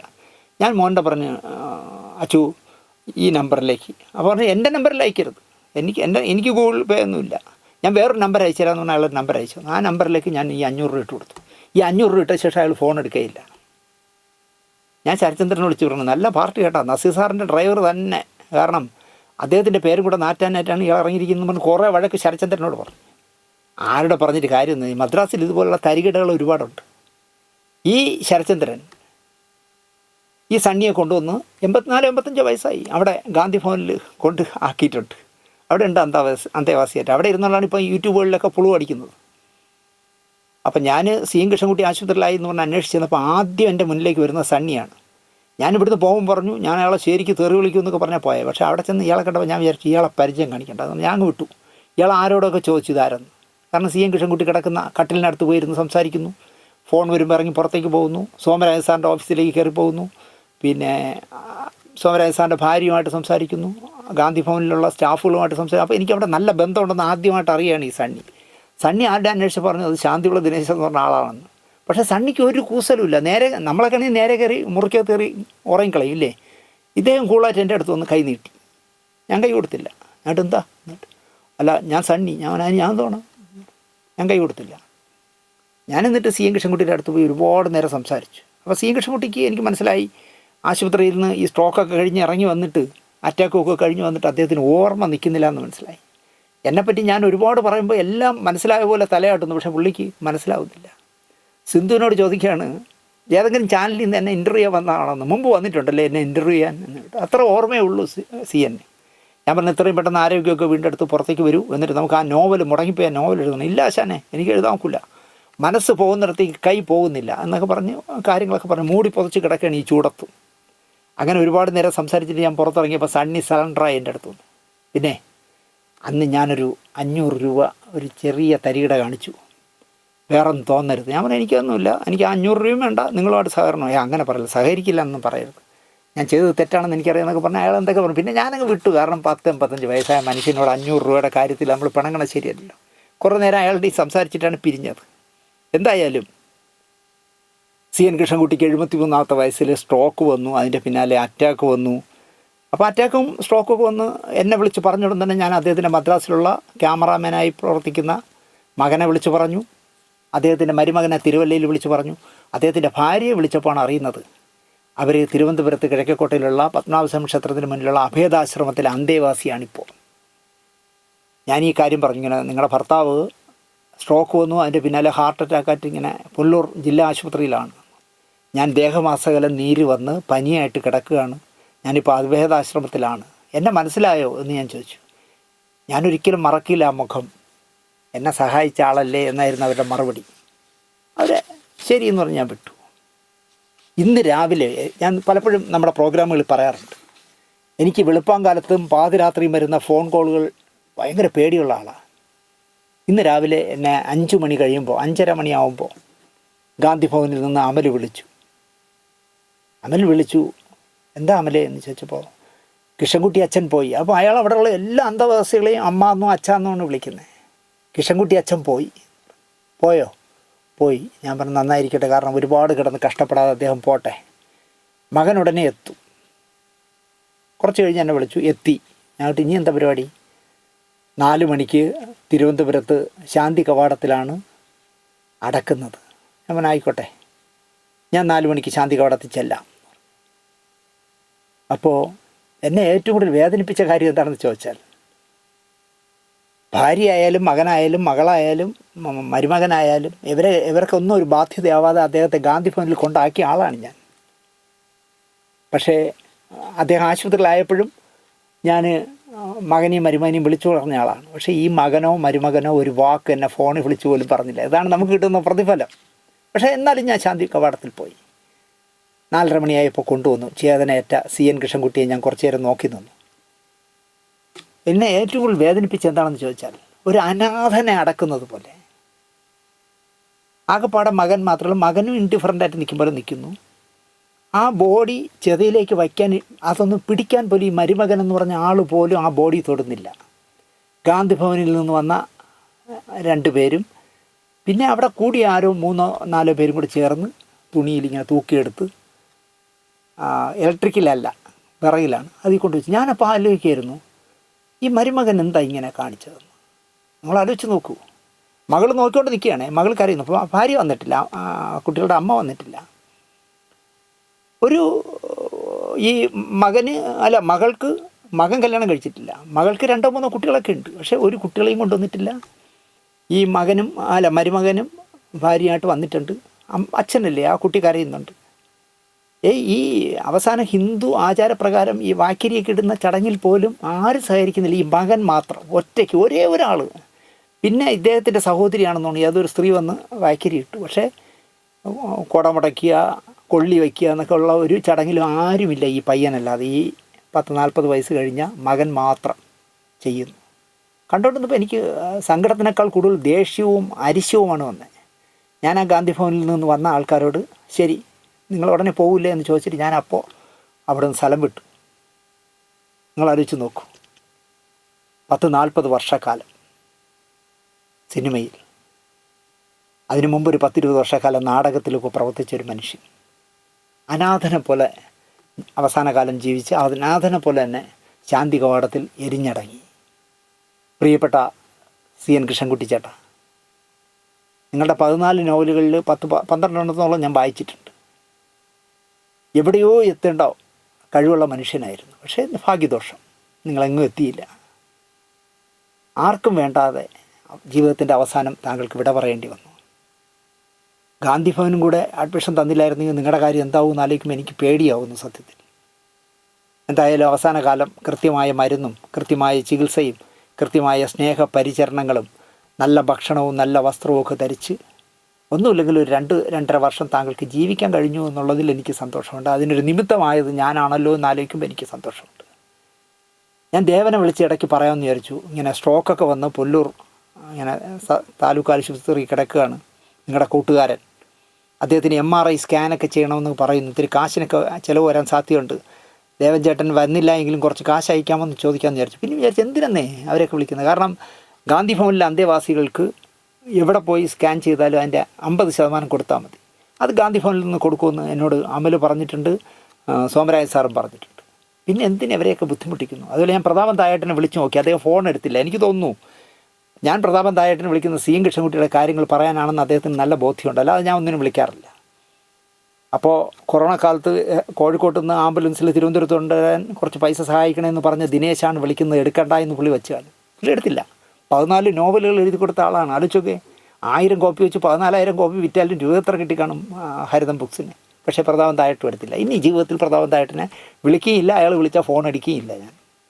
ഇതൊക്കെയാണ് നല്ല സുഹൃത്തുക്കൾ ആപത്ത് കാലത്ത്. ഇവരൊക്കെയാണ് ബന്ധുക്കൾ.